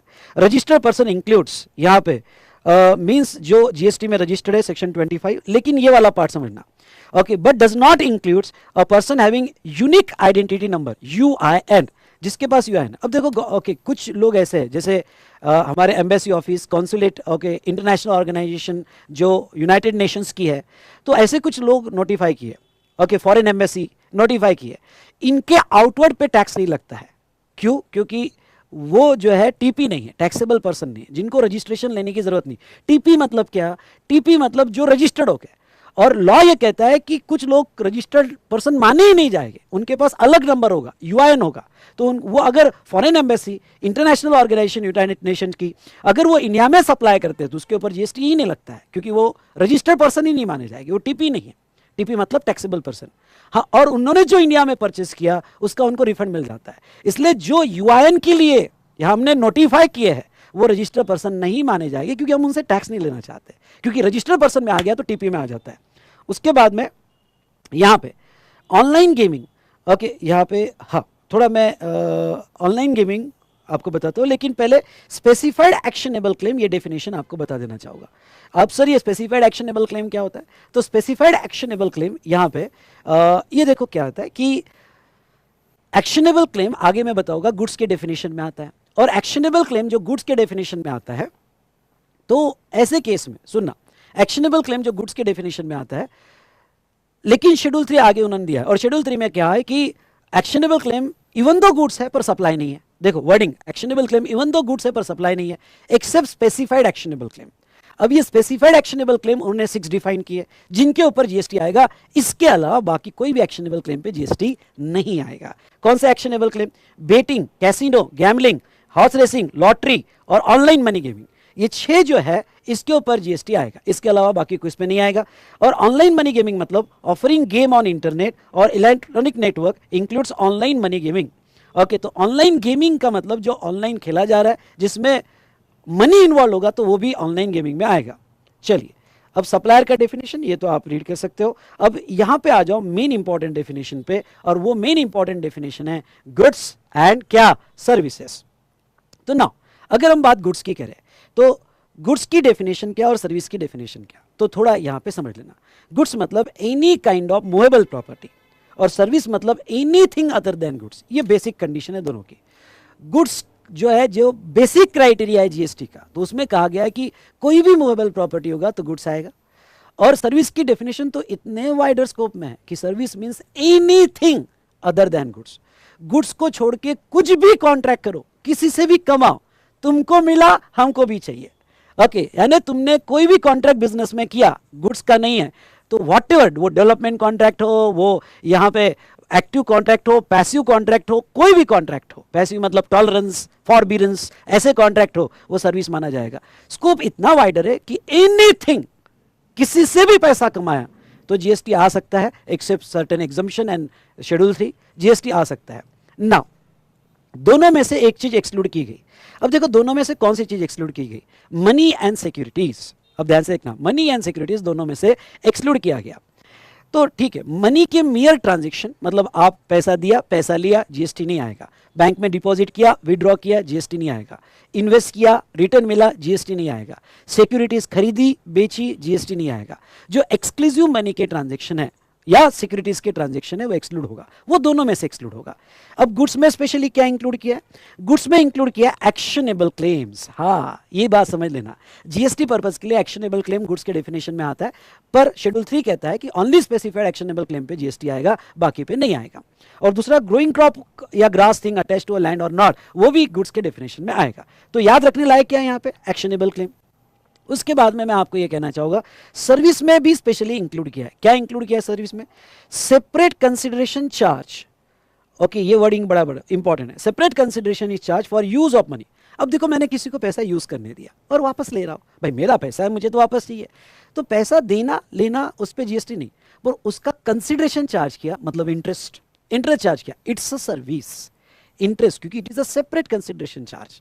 या फिर कन्वर्जन ऑफ मनी, मैं आपने डॉलर दिया, मैं रुपीस दे रहा हूं, आपने 1000 का नोट दिया, मैं चेंज करके दे रहा हूं। पैसा लेना देना पे जीएसटी नहीं है, पर उसका अगर कमीशन चार्ज किया तो उस पर जीएसटी है। Next, facilitate arranging the transaction in securities. Securities खरीदी बेची, उसके ऊपर जीएसटी नहीं है, पर इसको फैसिलिटेट करने के लिए ब्रोकरेज चार्जेस लगाए, पोर्टफोलियो मैनेजमेंट चार्जेस लगाए। ओके, तो अगर उसको फैसिलिटेट करने के लिए आपने सेपरेट कंसिडरेशन लगाया, ब्रोकरेज वगैरह, तो वो सर्विस है। तो ये जो है मनी और सिक्योरिटीज के ट्रांजैक्शन सर्विस नहीं है, पर इससे रिलेटेड सेपरेट कंसिडरेशन चार्ज किया तो वो सर्विस है। अब बात अगर इंटरेस्ट की निकली है तो मैं थोड़ा आपको बता दूं, ये जो इंटरेस्ट है इट्स अ सर्विस, लेकिन आगे एक एग्जम्पशन बताऊंगा, और वो एग्जम्पशन क्या है? इंटरेस्ट ऑन लोन एडवांसेस और डिपॉजिट होगा। ध्यान सुनना, जीएसटी में दो टाइप के इंटरेस्ट आने वाले हैं। एक इंटरेस्ट लोन एडवांसेस डिपॉजिट का आने वाला है, और दूसरा इंटरेस्ट जो है यहाँ पे, यस, दूसरा इंटरेस्ट जो है यहाँ पे आने वाला है किसका? तो डिले पेमेंट ऑफ कंसिडरेशन का। तो जो इंटरेस्ट लोन मतलब पैसा यूज करने दिया, एडवांसेस पैसा यूज करने दिया, डिपॉजिट्स बैंक में एफडी रखी, विड्रॉ किया, तो आपने किसी को भी लोन एडवांसेस और डिपॉजिट दिए होंगे, तो उसका जो इंटरेस्ट आएगा, सुनना, उसका जो इंटरेस्ट आएगा वो फिलहाल एग्जम्प्टेड है, except interest on credit card. मतलब सर आप कहना क्या चाहते हो? मैं ये कहना चाहता हूं कि point number 1, interest is a service. Point number 1, interest is a service, but exempted if on loan advances और डिपॉजिट एक्सेप्ट क्रेडिट कार्ड। और जीरो रेटेड सप्लाई, मतलब आपने एक्सपोर्ट किया, ये एसईजेड को दिया फॉर ऑथराइज ऑपरेशन, ये वर्ड इंपॉर्टेंट है, ऑथराइज ऑपरेशन के लिए दिया तो उसको वहां एक्सक्लूड माना जाएगा। तो इस तरह से हमने कुछ इंपॉर्टेंट डेफिनेशन यहाँ पे देखी। डन बिजनेस की डेफिनेशन में लेता हूं, तो यहां तक हमने ये कॉन्सेप्ट खत्म किए। चलिए अब आ जाइए आप आगे। So concept of supply. अरे इंटरेस्ट कंटिन्यू है आपका, मजा आ रहा है? मजा आ रहा है तो बैठे क्या हो बेटा, ठोको लाइक। ओके, प्रेजेंट ही लगा आपने फटाफट, और कमेंट जरूर दीजिएगा। अब आते हैं कॉन्सेप्ट ऑफ सप्लाई। देखो जीएसटी में जो है सप्लाई डिफाइन करते वक्त गवर्नमेंट को बहुत कॉन्शियस रहना पड़ा, क्योंकि यहाँ पे किस पे जीएसटी लगाना है और किस पे नहीं लगाना है बहुत क्लैरिटी देना जरूरी था यहाँ पे। इसलिए गवर्नमेंट ने पहले तो जो सप्लाई की डेफिनेशन है section 7 of C GST act, इसको जो है दो पार्ट में डिवाइड की, व्हाट सप्लाई इंक्लूड्स और व्हाट सप्लाई एक्सक्लूड्स। अब जब यहाँ पे हम एक्सक्लूड की बात करेंगे, मतलब चाहे कुछ भी हो जाए जीएसटी नहीं आएगा, कितना भी यहाँ हमने डिस्कशन किया हो, कितना भी दिमाग का भेजा खाया हो, लेकिन अगर ये लिस्ट में आ जाता है शेड्यूल 3 के व्हाट सप्लाई एक्सक्लूड, तो जीएसटी नहीं आएगा। ओके, तो अब यहाँ पे बात करते हैं regarding to what supply includes. Supply में क्या इंक्लूड होता है? अब गवर्नमेंट भी बड़ी चालाक है, क्योंकि जीएसटी नया लॉ था, व्हाट सप्लाई मींस नहीं कहा, क्योंकि मींस कह देते तो एग्जॉस्टिव डेफिनेशन हो जाती, इसलिए गवर्नमेंट ने कहा सप्लाई इंक्लूड्स, यानी ये इंक्लूसिव डेफिनेशन है, ये तो हम पढ़ रहे हैं, इसके अलावा भी फ्यूचर में government time to time update करते रहेगी। तो व्हाट सप्लाई इंक्लूड्स। अब इंक्लूड में अगर आप देखोगे तो उन्होंने क्लॉजेस क्या दिए हुए हैं, उन्होंने क्लॉजेस दिए है 7(1)(a। ओके, सप्लाई इंक्लूड में 7(1)(a क्लॉज ए, 7(1)(b दिया हुआ है, और उसके बाद में 7(1)(a थोड़ा नीचे मैंने कवर किया हुआ है, और 7(1)(c, यानी 4 क्लॉजेस है। चलो मेरे साथ रिवाइज करो, 7(1)(a, 7(1)(b, 7(1)(c और 7(1), ओके 7(1)(a, 7(1)(a), ए नीचे दिया हुआ है, 7(1)(b और 7(1)(c।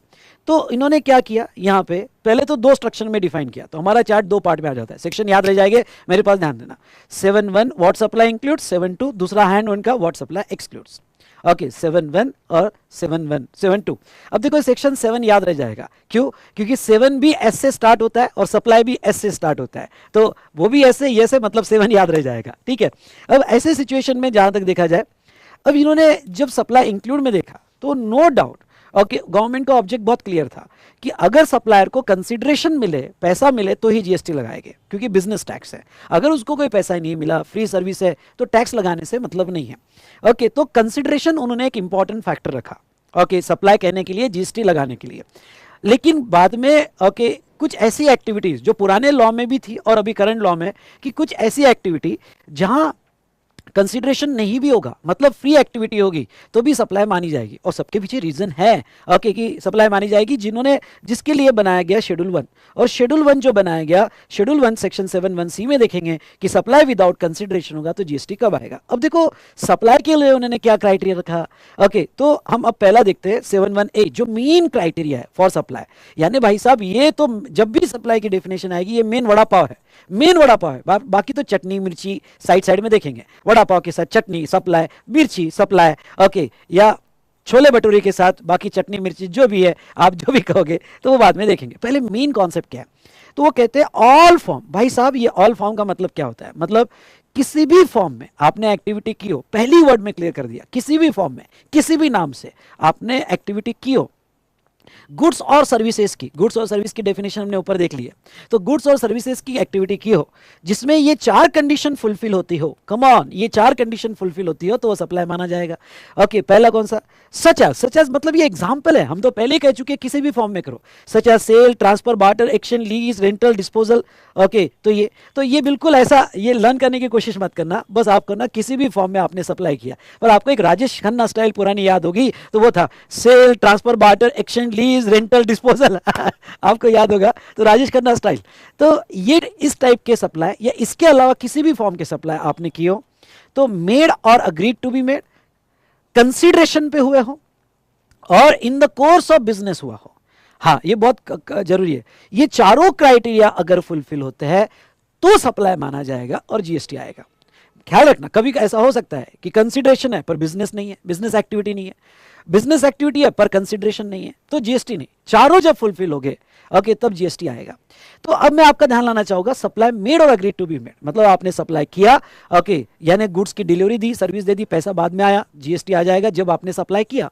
या फिर अग्रीड टू बी मेड, आपको एडवांस मिला या एग्रीमेंट हुआ, तो आपको अगर एडवांस मिलता है तो वो भी सप्लाई माना जाता है, एडवांस मिलता है वो भी सप्लाई माना जाता है। पर एक बात मैं आपको यह कहना चाहूंगा, जो हम आगे टाइम ऑफ सप्लाई में डिस्कस करने वाले हैं। सर क्या डिस्कस करने वाले हैं, मैं आपको यह कहना चाहूंगा कि अगर गुड्स का एडवांस मिलता है तो अभी 66/2017 एक नोटिफिकेशन नंबर है, तो अभी सस्पेंड है, यानी गुड्स के एडवांस पे जीएसटी नहीं आता है एक्सेप्ट स्पेसिफाइड एक्शनेबल क्लेम, जिसका डिटेल डिस्कशन हम टीओएस में करेंगे। लेकिन अगर सर्विस का एडवांस होगा तो डेफिनेटली उसके ऊपर जीएसटी आता है। तो मेड या agreed to be made for consideration, no doubt आपके एग्रीमेंट में कंसीडरेशन होना बहुत जरूरी है। अब कंसीडरेशन की डेफिनेशन नीचे दे दी, भाई साहब ये भी ले लिया मैंने, देखो कुछ भी नहीं छोड़ा है। अगर आप मेरा चार्ट पढ़ोगे, एक ट्राई तो करना ये वीडियो देखने के बाद, तो मैंने मैक्सिमम कॉन्सेप्ट कवर कर लिए, लगभग पूरे ही कवर कर लिए। और जो कुछ आपको नोट से एक्स्ट्रा पढ़ना है वो मैं बता दूंगा, यानी आपको लिटरली बहुत बढ़िया लगेगा ये। तो ऐसे केस में सेक्शन 231 ओके, कंसिडरेशन में क्या क्या आना चाहिए, तो कंसिडरेशन में मनी और अदरवाइज, आपने गुड्स दिया, मनी आया, कंसिडरेशन है। आपने गुड्स दिया, काइंड में आया, अदरवाइज मतलब काइंड में आया ओके, तो कंसिडरेशन है ओके। या फिर मॉनेटरी वैल्यू ऑफ एक्ट या फॉरबिडेंस, आपने गुड्स दिया, उसके अगेंस्ट में उसने आपको कोई एक्ट करके दिया या फॉरबिडेंस होगा, कुछ छोड़ा ओके भाई, अगर गुड्स देते हो तो मैं ये चीज नहीं करूंगा, पर्टिकुलर ये एक्टिविटी नहीं करूंगा, तो अगर कुछ फॉरबिडेंस होगा तो वो भी सप्लाई माना जाएगा ओके। बहुत सी बार ऐसा होता है कि भाई मैं तुझे गुड्स या सर्विस देता हूं, तुझे ये छोड़ना पड़ेगा।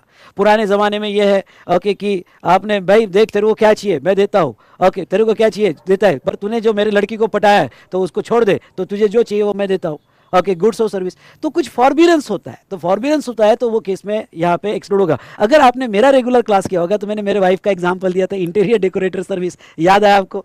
तो यस, फॉरबिडेंस होता है तो वो भी कंसिडरेशन माना जाएगा। तो 4 एक्टिविटी कंसिडरेशन मानी जाएगी, मनी, अदरवाइज, या आपने जो गुड्स और सर्विस दिया उसके अगेंस्ट में कोई एक्ट करके मिला, या कोई फॉरबिडेंस कुछ चीज छोड़ी गई ओके, तो वो भी कंसिडरेशन माना जाएगा और जीएसटी आ जाएगा। सर हम कंसिडरेशन की डेफिनेशन को इतना इंपॉर्टेंस क्यों दे रहे हैं, क्योंकि फ्री एक्टिविटी पे जीएसटी नहीं आता है, पर फ्री एक्टिविटी कब बोली जाएगी, जब ये चारों फैक्टर नहीं होंगे तो वो फ्री एक्टिविटी बोली जाएगी ओके। अच्छा, वो जो कंसीडरेशन मिल रहा है रिसिपिएंट से मिले या किसी और से मिले, मुझे क्या लेना, मैं क्लास ले रहा हूं, पैसा तू दे, तेरे पेरेंट्स दे या कोई भी दे, मुझे कंसिडरेशन चाहिए तो सप्लाई मिल जाएगा। ओके मैं तो सब्सिडरी कंपनी को सर्विस दे रहा हूँ, उसका पैसा होल्डिंग कंपनी दे दे, मुझे क्या लेना देना। ओके समझ लो मैं ऑथराइज सर्विस सेंटर हूँ। ओके मैं तुझे जब फ्री सर्विस देता हूँ तो तू पैसा नहीं दे रहा है, तेरे ब्याह पे कंपनी दे रही है। ओके उससे रिइंबर्समेंट आ रहा है, पैसा कोई भी दे। ओके तो वो केस में जीएसटी आएगा। तो ये जो है आपने यहाँ पे ये जो किया in respect of, in response to और for inducement of supply of goods और सर्विस, मतलब आप जो गुड्स और सर्विस सप्लाई कर रहे हो इन रिस्पेक्ट ऑफ दैट सप्लाई आपको ये 4 चीजें मिल रही है तो कंसिडरेशन है। अगर ये 4 चीजें नहीं मिल रही है तो फ्री है। ओके या in response to your supply ये 4 चीजें मिल रही है, या for inducement of your supply आपको 4 चीजें मिल रही है। सर इंड्यूसमेंट क्या होता है? ओके बहुत सी बार ओके यहाँ पे अपने प्रोडक्ट के प्रमोशन के लिए इंड्यूस किया जाता है। जैसे अभी समझ लो मुंबई पुणे एक्सप्रेस हाईवे बहुत सी बसें चलती है, एक रेस्टोरेंट वाले ने बस ओनर को कॉन्टैक्ट किया कि तेरी बस यहाँ पे रख, ओके हम तेरे ड्राइवर को फ्री सप्लाई करेंगे पर बस यहां रोकना पड़ेगा। अब ये फ्री रियली नहीं है, ये इंड्यूस किया गया है। क्यों? क्योंकि जहां तक देखा जाए तो वो जो फूड फ्री दे रहा है ड्राइवर्स को वो इसलिए दे रहा है क्योंकि वो जो पैसेंजर उतरेंगे उससे धंधा बढ़ेगा, मतलब एक तरह का इंड्यूस किया गया। तो दिखने में ये फ्री है पर रियल सेंस में फ्री नहीं है। तो इन्होंने इंड्यूसमेंट कॉन्ट्रैक्ट भी कवर कर लिया कि बहुत सारे इंड्यूसमेंट कॉन्ट्रैक्ट फ्री दिखते हैं पर वो फ्री नहीं होते, उसके अगेंस्ट में कुछ ना कुछ कंसिडरेशन होता है, इंटरेस्ट होता है। तो ऐसे केस में वो भी जो है ओके इंड्यूसमेंट सप्लाई माना जाएगा।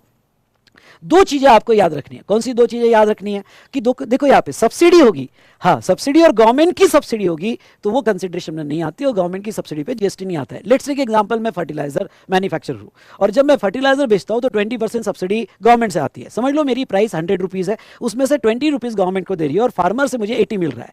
तो मैं इनवॉइस 80 का बना रहा हूँ। ओके और जीएसटी कितने में लगेगा? मिल तो रहे मुझे 100, 80 फार्मर से मिले, 20 गवर्नमेंट से मिली सब्सिडी, 100 मिल रहा है।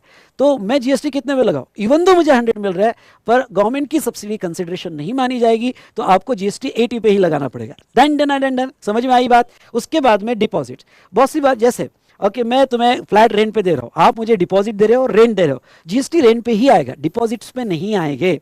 मैं तुम्हें फ्रेंचाइजी दे रहा हूँ, आप मुझे डिपॉजिट दे रहे हो, उस पे नहीं आएगा पर मेरी फ्रेंचाइजी फीस पे आ जाएगा। तो जब भी आपको डिपॉजिट्स मिलते हैं उसके ऊपर जीएसटी नहीं आएगा जब तक वो डिपॉजिट एडजस्ट नहीं होता है अगेंस्ट रेंट या against your service charges, okay या गुड्स के चार्जेस, उसमें जब तक एडजस्ट नहीं होते हैं तब तक उसके ऊपर जीएसटी नहीं आएगा। तो ये हमने देखी डेफिनेशन ऑफ कंसिडरेशन, समझ में आया? ये हमने देखी डेफिनेशन ऑफ कंसिडरेशन। ओके उसके बाद में अब आते हैं कि आपका supply in the course of business होना चाहिए। तो ये भी 4th फैक्टर है, in the course of business होना चाहिए। अगर आपका सेल है कंसिडरेशन पे है पर वो बिजनेस एक्टिविटी नहीं है, आपके पास मोबाइल है, ओके मोबाइल आप जाके बेच रहे हो, आपका पर्सनल मोबाइल है, बेच रहे हो, पैसा आ रहा है पर इट्स नॉट योर बिजनेस। आपके पास पुरानी कार है, आप जाके बेच रहे हो, इट्स नॉट योर बिजनेस, तो उसके ऊपर जीएसटी नहीं आएगा।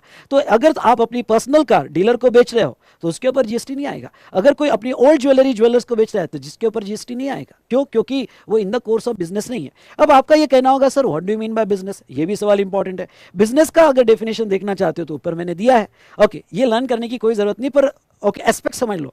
ओके आपका ट्रेड, कॉमर्स, प्रोफेशन, वोकेशन भी बिजनेस में आता है, एडवेंचर, वेजर या कोई भी similar activity, whether profit motive और नॉट, मतलब कोई भी आप manufacture, trade, commerce, profession, vocation, wager या कोई भी बिजनेस प्रोफेशनल एक्टिविटी करते हो या ट्रेड टाइप एक्टिविटी करते हो तो बिजनेस माना जाएगा, उसमें प्रॉफिट मोटिव हो या ना हो। आपकी इंसिडेंटल, एंसिलरी और कनेक्टेड एक्टिविटी भी बिजनेस मानी जाएगी। समझ लो मैं ट्रेनिंग का प्रोफेशन कर रहा हूं लेकिन मैंने कोई बिजनेस असेट बेची, हाँ असेट बेची तो उसके ऊपर भी जीएसटी आता है। समझ लो मैंने बेंचेस बेच दिए, कैमरा बेच दिया, अभी मेरा बिजनेस नहीं है पर इंसिडेंटल टू बिजनेस है, कनेक्टेड टू बिजनेस है। तो अगर मैं कैमरा बेचूंगा ओके या कोई भी बिजनेस का फर्नीचर बेचूंगा तो उसके ऊपर भी जीएसटी आ जाएगा।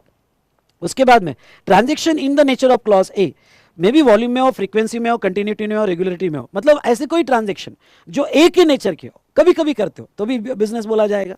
फॉर एग्जांपल ओके यहाँ पे मैं यहाँ ट्रेनिंग कोचिंग सर्विस लेता हूँ पर कभी कभी कंसल्टेंसी देता हूँ। अब कंसल्टेंसी मेरी रेगुलर नहीं है, कभी कभी है पर वो मेरे प्रोफेशन से आई हुई है, in the nature of my profession है, in the nature of my trade है, तो वो भी बिजनेस में आ जाएगा। उसके बाद में supply of acquisition of goods including capital goods और service in connection with commencement और क्लोजर ऑफ बिजनेस। अब देखो यहाँ पे समझ लेना, बिजनेस कमेंस होने के पहले अगर आप कोई गुड्स खरीदते हो इंक्लूडिंग कैपिटल गुड्स, वो भी इन द कोर्स ऑफ बिजनेस माना जाएगा। अभी तक बिजनेस स्टार्ट नहीं हुआ पर उसके पहले खरीदा, वो भी इन द कोर्स ऑफ बिजनेस माना जाएगा और उसके भी आईटीसी मिलेंगे, दूसरा आपने बिजनेस क्लोज कर दिया, सुनना आपने बिजनेस क्लोज कर दिया, मशीन पड़ी थी फैक्ट्री में, शॉप में या कोई मटेरियल पड़ा था शॉप में, बिजनेस क्लोज, रजिस्ट्रेशन कैंसिल, पर आपने वो जो स्टॉक पड़ा था, मशीन पड़ी थी, वो 2 साल बाद बेचा, पुरानी मशीन तो इवन दो आपने क्लोज कर दिया बिजनेस, पर जब आप सप्लाई करोगे तो वो भी इन द कोर्स ऑफ बिजनेस माना जाएगा। Done done done done. Okay, उसके बाद में क्लब, एसोसिएशन, सोसाइटी या कोई भी सच बॉडी जो अपने मेंबर को फॉर कंसिडरेशन, फैसिलिटी और बेनिफिट्स टू इट्स मेंबर, और यहां पे एक वर्ड डाल देना फॉर कंसिडरेशन, फॉर कंसिडरेशन। तो कंसिडरेशन पे अपने मेंबर को ही सप्लाई कर रही है, फिर वो क्लब और एसोसिएशन और सोसाइटी हो तो वो भी बिजनेस बोला जाएगा। Entry to the premises, admission to the premises, कोई प्रीमाइसेस की एंट्री टिकट होगी तो वो भी बिजनेस बोला जाएगा। उसके बाद में होल्डर ऑफ एन ऑफिस, कोई ऑफिस का एज अ सीईओ आप अपॉइंट होते हो, आप एम्प्लॉय नहीं हो पर as an holder an office होगा, ओके, आपको फाइनेंस डायरेक्टर अपॉइंट किया होगा और ऑनररी अमाउंट मिल रहा होगा तो वो भी बिजनेस माना जाएगा। रेस क्लब की सारी एक्टिविटी बिजनेस मानी जाएगी। और वेरी इंपॉर्टेंट, गवर्नमेंट की पब्लिक अथॉरिटी सर्विसेज, यानी गवर्नमेंट जो पब्लिक के लिए सर्विसेज देता है वो भी बिजनेस एक्टिविटी माना जाएगा। Done done done done. तो ये था regarding to definition of business. तो अगर आपकी activity in the course of business होगा तो वो सप्लाई मान लिया जाएगा, वो सप्लाई मान लिया जाएगा। आई होप ये पॉइंट आपका अच्छे से कवर हो गया। उसके बाद में नेक्स्ट हम देखेंगे, ओके, यहाँ पे इंपोर्टेशन ऑफ सर्विसेज, सॉरी ये 7(1)(a) हमारा यहाँ खत्म हो गया चारों फैक्टर के साथ। अब 7(1)(b) क्या है? Importation of service. ओके, अगर आप सर्विस इंपोर्ट करते हो तो यस वो भी सप्लाई है और उसे इंटरस्टेट सप्लाई कहा जाता है।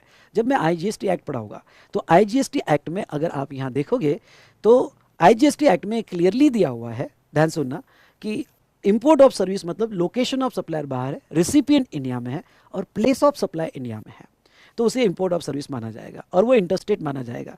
और 7(1)(b) कहता है कि ये सप्लाई है और जीएसटी आएगा, और इंपोर्ट ऑफ सर्विस में रिवर चार्ज में जीएसटी आता है। तो सप्लाई कब बोला जाएगा? अब देखो, import of service for consideration, 7(1)(b) कहता है कि अगर आपने फॉर कंसिडरेशन सर्विस इंपोर्ट की होगी तो जीएसटी आएगा, वेदर और not in the course of business, वो बिजनेस के लिए हो या ना हो उससे कोई लेना देना नहीं। अगर आपने फॉर कंसिडरेशन सर्विस इंपोर्ट की होगी तो जीएसटी आएगा और रिवर चार्ज में जीएसटी देना पड़ेगा। हाँ, इसमें कुछ एग्जम्पशन है, एग्जम्पशन आगे मैं कवर करूंगा।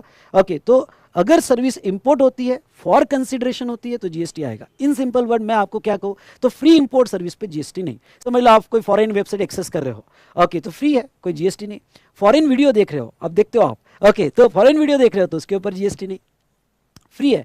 कंसिडरेशन होगा, कंसिडरेशन मतलब मनी, अदरवाइज एक्ट या फॉरबिडेंस होगा तो जीएसटी आ जाएगा।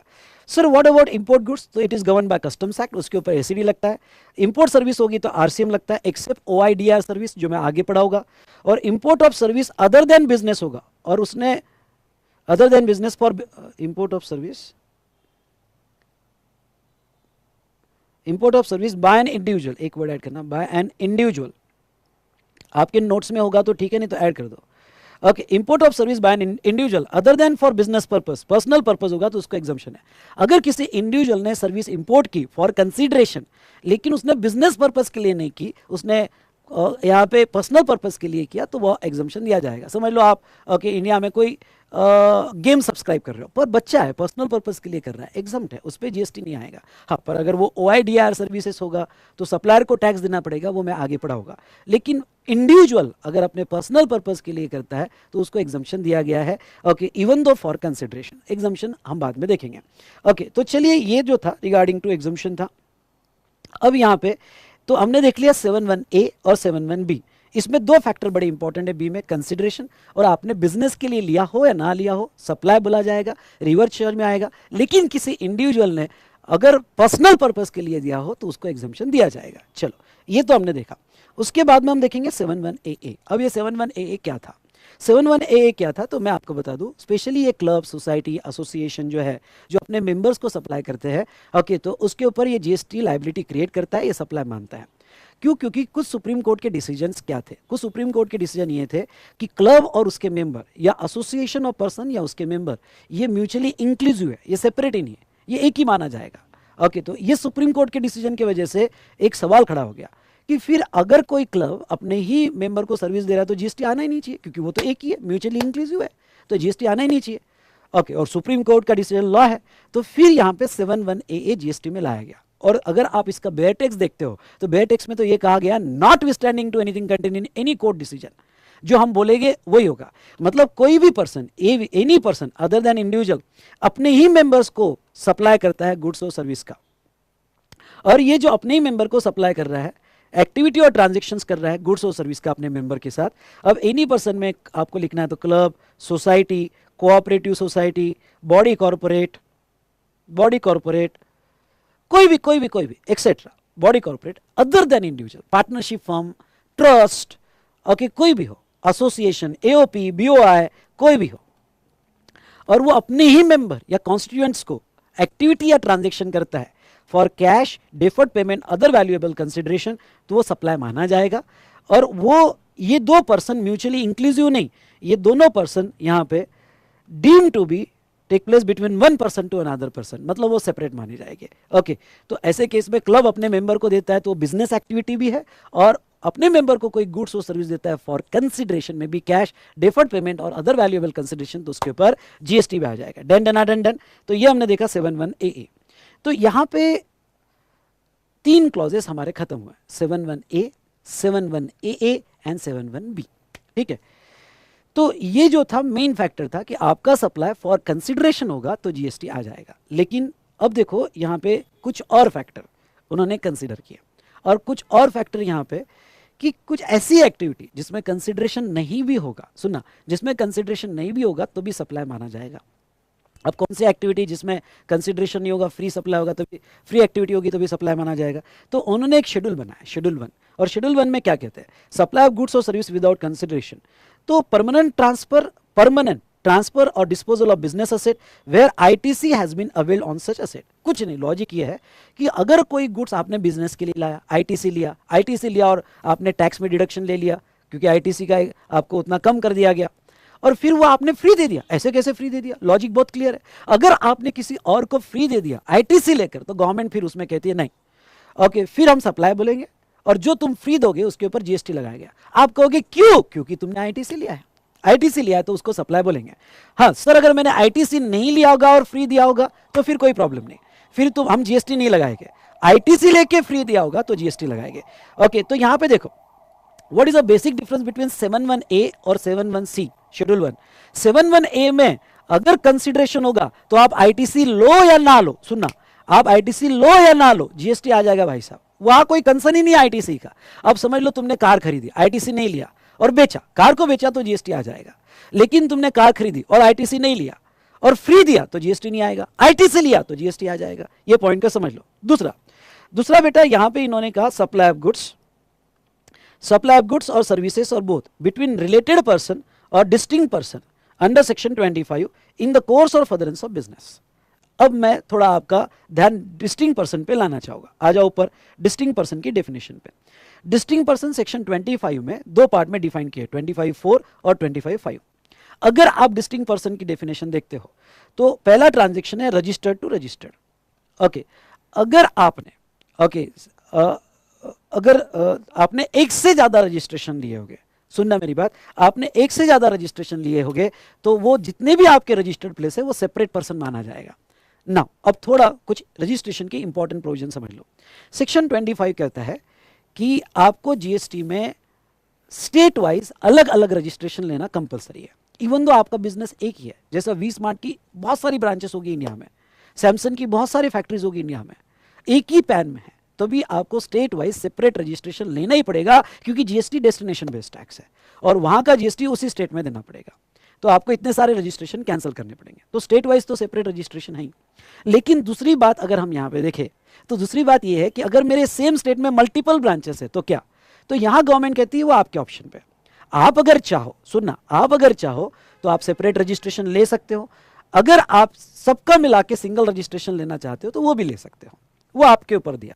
लेकिन अगर आपने सेम स्टेट में मल्टीपल रजिस्ट्रेशन ले लिए तो फिर सेक्शन 25 के हिसाब से जितने आपने रजिस्ट्रेशन लिए वो सेपरेट पर्सन माने जाएंगे। इसका मतलब ये हुआ कि आपके जो मोर देन रजिस्ट्रेशन है वो सेम स्टेट में हो या अदर स्टेट में हो, अदर स्टेट में तो लेने ही पड़ेंगे, तो आपने जो रजिस्ट्रेशन लिए प्लेस ऑफ बिजनेस का, ओके, तो आपके मल्टीपल रजिस्ट्रेशन है तो हर पर्सन को यहां पे डिस्टिंक्ट पर्सन माना जाएगा, तो for each registration distinct person माना जाएगा। ये तो था रिगार्डिंग टू 25(4). एग्जाम्पल के तौर पे मैं आपको जस्ट ये समझाना चाहूंगा, आपका फैक्ट्री यहाँ पे महाराष्ट्र में रजिस्ट्रेशन लिया, आपका वेयर हाउस राजस्थान में रजिस्ट्रेशन लिया, आपका डेपो यानी प्लेस ऑफ बिजनेस, ओके, आपका तो आपने इसका रजिस्ट्रेशन लिया, तो ये सेपरेट पर्सन माने जाएंगे। इसका मतलब अगर आप ये जो गुड्स इनको दे रहे हो तो एक रजिस्टर्ड प्लेस पर्सन से दूसरे रजिस्टर्ड पर्सन को दे रहे हो। अब देखो सेक्शन 25 तो इतना ही कहता है कि सारे रजिस्टर्ड प्लेसेस सेपरेट पर्सन माने जाएंगे, डीम्ड डिस्टिंक्ट पर्सन माने जाएंगे। अब इसमें पिक्चर में आता है, और क्या पिक्चर में आता है, अब आता है पैरा 2 ऑफ शेड्यूल 1। और पैरा 2 ऑफ शेड्यूल 1 क्या कहता है, para 2 of the schedule 1 of section 7(1)(c) कहता है कि अगर आपने ये डीडीपी सप्लाई किया, मतलब यहां से यहां तक सप्लाई किया और ये डीडीपी सप्लाई किया, तो ऐसे सिचुएशन में वो मतलब स्टॉक ट्रांसफर किया, डीडीपी मतलब स्टॉक ट्रांसफर किया, तो ये जो स्टॉक ट्रांसफर करोगे वैसे आपके बुक्स में सेल नहीं है, लेकिन ये जीएसटी में सप्लाई माना जाएगा क्योंकि दो सेपरेट पर्सन है, आपको जीएसटी देना पड़ेगा। और एक स्टेट से दूसरे स्टेट में जा रहा है तो आपको आईजीएसटी देना पड़ेगा। ओके, और रिमोल पे टैक्स इनवॉइस बनाना पड़ेगा, स्टॉक ट्रांसफर का टैक्स इनवॉइस बनाना पड़ेगा, और ईवे बिल भी बनाना पड़ेगा अगर गुड्स होगा तो। सेम प्रोविजन यहां पे, आपके डेपो में माल भेज रहे हो, स्टॉक ट्रांसफर है, बुक्स में सेल रिकॉर्ड नहीं करोगे, पर जीएसटी की टैक्सेबल वैल्यू आएगी, सप्लाई माना जाएगा, आईजीएसटी देना पड़ेगा, टैक्स इनवॉइस बनाना पड़ेगा और ईवे बिल। अब समझ लो मेरे सेम स्टेट ले लेता हूं, स्टेट सेम ही स्टेट में 3 ब्रांचेस है, इसका मैंने सेपरेट रजिस्ट्रेशन लिया है। ओके, इसका मैंने सेपरेट रजिस्ट्रेशन लिया है। ओके, सेपरेटली रजिस्टर्ड, यहां पे सेपरेटली रजिस्टर्ड, ठीक है, वहां लिख दो सेपरेटली रजिस्टर्ड है, ठीक है। और ये जो है ये दोनों सिंगल रजिस्ट्रेशन में, factory and depot, factory and depot कर दो, यहां पे factory and depot same registration में है, ठीक है, डन। तो अब दोनों अगर सिंगल रजिस्ट्रेशन में है तो अब देख लेना क्या है, क्या मैं ऐसा कर सकता हूं सेम स्टेट में कि 2-3 ब्रांच एक ही रजिस्ट्रेशन में, कुछ ब्रांचेस सेपरेट रजिस्ट्रेशन, बिल्कुल कर सकते हो। लेकिन अगर आपने सेपरेट रजिस्ट्रेशन ले लिया तो ये डीम्ड डिस्टिंक्ट पर्सन हो गया सेक्शन 25 से, और ध्यान से सुनना, डीम्ड डिस्टिंक्ट पर्सन हो गया तो 7(1)(c) शेड्यूल 1 पैरा 2 के हिसाब से ये सप्लाई हो गया। अब ये सेम स्टेट में, इसलिए सीजीएसटी एसजीएसटी लग जाएगा, टैक्स इनवॉइस बनेगा, और ईवे बिल भी 50,000 के ऊपर होगा तो बन जाएगा। लेकिन ध्यान से सुनो सेकेंड वाला पार्ट, अगर आपका सिंगल रजिस्ट्रेशन है, इन दोनों का सिंगल रजिस्ट्रेशन है, तो वो सिचुएशन में ओके, डेपो को आपने जो ट्रांसफर किया इट्स नॉट अ सप्लाई, उसके ऊपर जीएसटी नहीं लगेगा क्योंकि एक ही रजिस्ट्रेशन में डीडीपी नहीं हुए तो आपको सिर्फ स्टॉक ट्रांसफर चालान बनानी पड़ेगी। देन ये तो था 25(4). अब 25(5) क्या कहता है, 25(5) ये कहता है कि अगर आपकी एक रजिस्टर्ड प्लेस है और दूसरी जगह अनरजिस्टर्ड है, कैसा ऐसा हो सकता है, बिल्कुल हो सकता है, जीएसटी में ऐसा हो सकता है। आपको सभी एस्टेब्लिशमेंट के रजिस्ट्रेशन लेने की जरूरत नहीं है, आपके जो बिजनेस प्लेस है जहां से सप्लाई होता है उसके रजिस्ट्रेशन लो। समझ लो मेरा एक लियासेंस ऑफिस है, मार्केटिंग ऑफिस है, वहां से सप्लाई नहीं करता हूं, जस्ट मार्केटिंग ऑफिस है, जैसे वी-स्मार्ट का भी मार्केटिंग ऑफिस है दिल्ली में, और वहां से मैं कोई सप्लाई नहीं कर रहा हूं, तो वहां रजिस्ट्रेशन लेने की जरूरत नहीं है, क्योंकि रजिस्ट्रेशन लेके करोगे क्या, क्या जीएसटीआर1 दोगे, क्या 3B दोगे, पॉसिबल ही नहीं है। तो गवर्नमेंट फोर्स नहीं करती क्योंकि वो आपका जीएसटी के हिसाब से प्लेस ऑफ बिजनेस नहीं है जहां से कोई सप्लाई नहीं हो रहा है, क्योंकि वी-स्मार्ट का पूरा सप्लाई ऑनलाइन होता है। तो ऐसे सिचुएशन में ओके हो सकता है ऐसी कि आपका एक जगह रजिस्ट्रेशन है और दूसरी जगह नहीं है। अब दूसरी जगह नहीं होने के और रीजन है, सेक्शन 23 के हिसाब से अगर वहां आप एक्सक्लूसिव एग्जाम सप्लाई कर रहे हो तो रजिस्ट्रेशन लेने की जरूरत नहीं है, एक्सक्लूसिव नील रेटेड या नॉन टैक्सेबल सप्लाई करो तो रजिस्ट्रेशन लेने की जरूरत नहीं है, ठीक है ना, आपकी ब्रांच है ओके, पर आपने रजिस्ट्रेशन नहीं लिया। पर 25(5) क्या कहता है, 25(5) कहता है कि अगर आपका एक रजिस्टर्ड प्लेस है, एस्टेब्लिशमेंट है, और दूसरा एस्टेब्लिशमेंट जो रजिस्टर्ड नहीं है और अनादर स्टेट में है, सुनना, रजिस्टर्ड नहीं है पर अनादर स्टेट में है, तो जहां तक देखा जाए तो ये भी आपका जो है ओके सप्लाई माना, अगर इसको आपने कोई गुड्स और सर्विस दिया तो ये भी डीडीपी माना जाएगा, और ओके यहां section 7(1)(c) para 2 of schedule 1 में सप्लाई माना जाएगा। ओके ये भी डीडीपी माना जाएगा और सप्लाई माना जाएगा, और यहाँ पे जीएसटी लग जाएगा और बेचारे को क्रेडिट भी नहीं मिलेगा। ऊपर तो भी क्रेडिट मिल जाता है, इसको तो क्रेडिट भी नहीं मिलेगा, पर वो अनादर स्टेट में है तो नहीं, सेम स्टेट में हुआ तो कोई प्रॉब्लम ही नहीं है, कोई उसमें इश्यू नहीं है क्योंकि वो सिंगल रजिस्ट्रेशन में आ जाएगा। लेकिन अनादर स्टेट में होगा और वो रजिस्टर्ड नहीं है तो वो भी डीडीपी मान के सप्लाई हो जाएगा। तो चलो बेटा ये कॉन्सेप्ट हमने यहाँ पे देखा, आ जाइए। ओके सो यहाँ नाउ नेक्स्ट अगर हम देखें तो डीडीपी तो हो गया, रिलेटेड पर्सन की बात करते हैं। अगर आपने फ्री सप्लाई किया और रिलेटेड पर्सन को किया, तो अगर रिलेटेड पर्सन को आपने फ्री सप्लाई किया, रिलेटेड की डेफिनेशन नीचे दी है अगर आप देखोगे, अब ये तो आपने रीड कर लेना, मुझे ये इंपॉर्टेंट है जिसके ऊपर डिस्कशन करना है, और ये इंपॉर्टेंट है मेंबर ऑफ सेम फैमिली। बाकी तो कॉमन डायरेक्टर्स और officers, legally recognised partners, employer employ relationship, किसी तीसरे ने 25% स्टेक होल्ड किया दोनों में, okay one controls the other, both control by third person, okay वो ठीक है। अभी मैं 2 पॉइंट पे आपका ध्यान लाना चाहूंगा, अगर आप एम्प्लॉय और एम्प्लॉय हो तो रिलेटेड माने जाएंगे, और आप मेंबर ऑफ सेम फैमिली हो तो रिलेटेड माने जाएंगे। Okay, sole agent sole distributor भी रिलेटेड माने जाएंगे। फैमिली का मतलब क्या, तो फैमिली का मतलब यहां पे दिया है means the spouse and children of a person, and second the parent, grandparent, brother and sister of a person if they are wholly or mainly dependent on the said person. Okay, तो spouse और children always family मानी जाएगी, और parent parent grand parent brother sister ये related तभी माने जाएंगे अगर आप पे फाइनेंशियली डिपेंडेंट हो। तो चलिए सबसे पहले डिस्कशन करता हूं एम्प्लॉयर एम्प्लॉय का। तो अगर हम एम्प्लॉयर एम्प्लॉय पे आते, चलो देखो यहां पे तो एक प्रोविजो दी है ओके पैरा 2 में, और प्रोविजो क्या दी है कि गिव बाय एम्प्लॉयर टू एम्प्लॉय, अगर एम्प्लॉयर ने एम्प्लॉय को गिव दिया नॉट एक्सीडिंग ₹50,000, जिसकी वैल्यू 50,000 के ऊपर नहीं है, in a financial year not treated as supply. अब देखो क्या हो गया, एम्प्लॉयर एम्प्लॉय रिलेटेड हो जाते हैं। तो अब पैरा 2 के हिसाब से अगर एम्प्लॉयर ने एम्प्लॉय को कुछ फ्री गिफ्ट दिया तो उसके ऊपर जीएसटी आ जाएगा। क्यों? क्योंकि रिलेटेड है। फ्री दिया होगा तो भी जीएसटी आ जाएगा, ओके, क्योंकि रिलेटेड को दिया। अब लॉ ये कहता है कि अगर ये गिफ्ट की वैल्यू 50,000 तक होगी इन अ फाइनेंशियल ईयर पर एम्प्लॉय तो जीएसटी नहीं आएगा। हाँ, 50,000 से ज्यादा होगी, सुनना मेरी बात, अगर ये 50,000 से ज्यादा होगी तो फिर टोटल वैल्यू पे जीएसटी आ जाएगा। तो यहां पे if value more than 50,000 then GST is payable on entire value, done. तो जीएसटी एंटायर वैल्यू पे आ जाएगी। उसके बाद में नेक्स्ट बेटा सप्लाई ऑफ गुड्स, ठीक है। अगर हम सप्लाई ऑफ गुड्स की बात करें between principal to agent, by principal to his agent who further undertake the supply, that is selling agent, और invoice in the name of agent. दूसरा बाय एजेंट टू प्रिंसिपल, तो पहला selling agent, दूसरा buying agent जो principal के behalf पे buy कर रहा है और प्रिंसिपल को दे रहा है। Invoice in the name of agent, invoice agent के नाम का है। तो देखो यहां पे थोड़ा इस कॉन्सेप्ट को समझ लो। अब देखो प्रिंसिपल ने इनवॉइस एजेंट को दिया, ओके, प्रिंसिपल ने इनवॉइस एजेंट को दिया, सॉरी सप्लाई किया, सॉरी इनवॉइस नहीं, सप्लाई किया, या मैं कहूँगा गुड्स, और यहाँ पे गुड्स ट्रांसफर किया, सप्लाई के बजाय गुड्स ट्रांसफर किया, और एजेंट आगे कस्टमर को दे रहा है। तो ये जो ट्रांजेक्शन प्रिंसिपल और एजेंट का है इस पे जीएसटी आएगा क्या? तो अब गवर्नमेंट क्या कहती है, एजेंट ने आगे बेचते वक्त अगर ओन इनवॉइस बनाया होगा, खुद का इनवॉइस बनाया होगा, तो फिर ये सप्लाई माना जाएगा। क्यों? क्योंकि वो ओन इनवॉइस बना रहा है तो वो अपना जीएसटी देगा, अपना जीएसटी R1 देगा, तो फिर वो क्रेडिट भी लेगा, तो फिर प्रिंसिपल एजेंट का ट्रांजेक्शन सप्लाई मान लिया जाएगा एज पर पैरा 3 उसको लग जाएगा, ओके, सप्लाई माना जाएगा।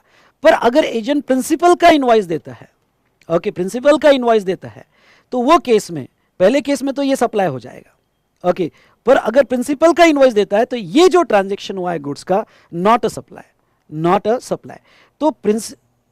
सप्लाई, सॉरी बेटा, नॉट अ सप्लाई। तो मैं थोड़ा आपको ये बताना चाहूंगा कि ध्यान रहे, ये जो ट्रांजैक्शन है डिपेंड ऑन एजेंट आगे क्या कर रहा है। एजेंट अगर आगे, यहां पे सुनना, एजेंट आगे खुद इनवॉइस बना रहा है तो ये ट्रांजैक्शन सप्लाई, वो पैरा 3 में आ जाएगा। अगर प्रिंसिपल का इनवॉइस आगे एजेंट दे रहा है तो ये पैरा 3 का सप्लाई नहीं होगा, इसके ऊपर जीएसटी नहीं आएगा, क्योंकि इनवॉइस ही प्रिंसिपल का है, टैक्स डायरेक्टली प्रिंसिपल देगा, एजेंट सिर्फ अपने कमीशन पे जीएसटी लगाएगा। ये समझा या नहीं समझा? तो ये था रिगार्डिंग टू यहाँ पे, okay. Same for buying agent, अगर प्रिंसिपल के हिसाब से एजेंट बाय कर रहा है, इनवॉइस अगर डायरेक्ट प्रिंसिपल का है, सेलर का इनवॉइस डायरेक्ट प्रिंसिपल का है तो कोई प्रॉब्लम नहीं, पर एजेंट अगर खुद का इनवॉइस देगा तो वो फिर ओके सप्लाई मान लिया जाएगा। तो जो सेलिंग एजेंट है वही बाइंग एजेंट। प्रोक्यूरर के कुछ एग्जांपल्स है, ओके, आपको ये कॉन्सेप्ट समझा होगा तो ठीक, नहीं तो मैं आपको ये सजेस्ट करूंगा कि यहां थोड़ा आपने टेक्स्ट बुक देख लेना, कुछ एग्जाम्पल्स देख लेना तो और क्लैरिटी आ जाएगी, या क्वेश्चन देख लेना, ठीक है।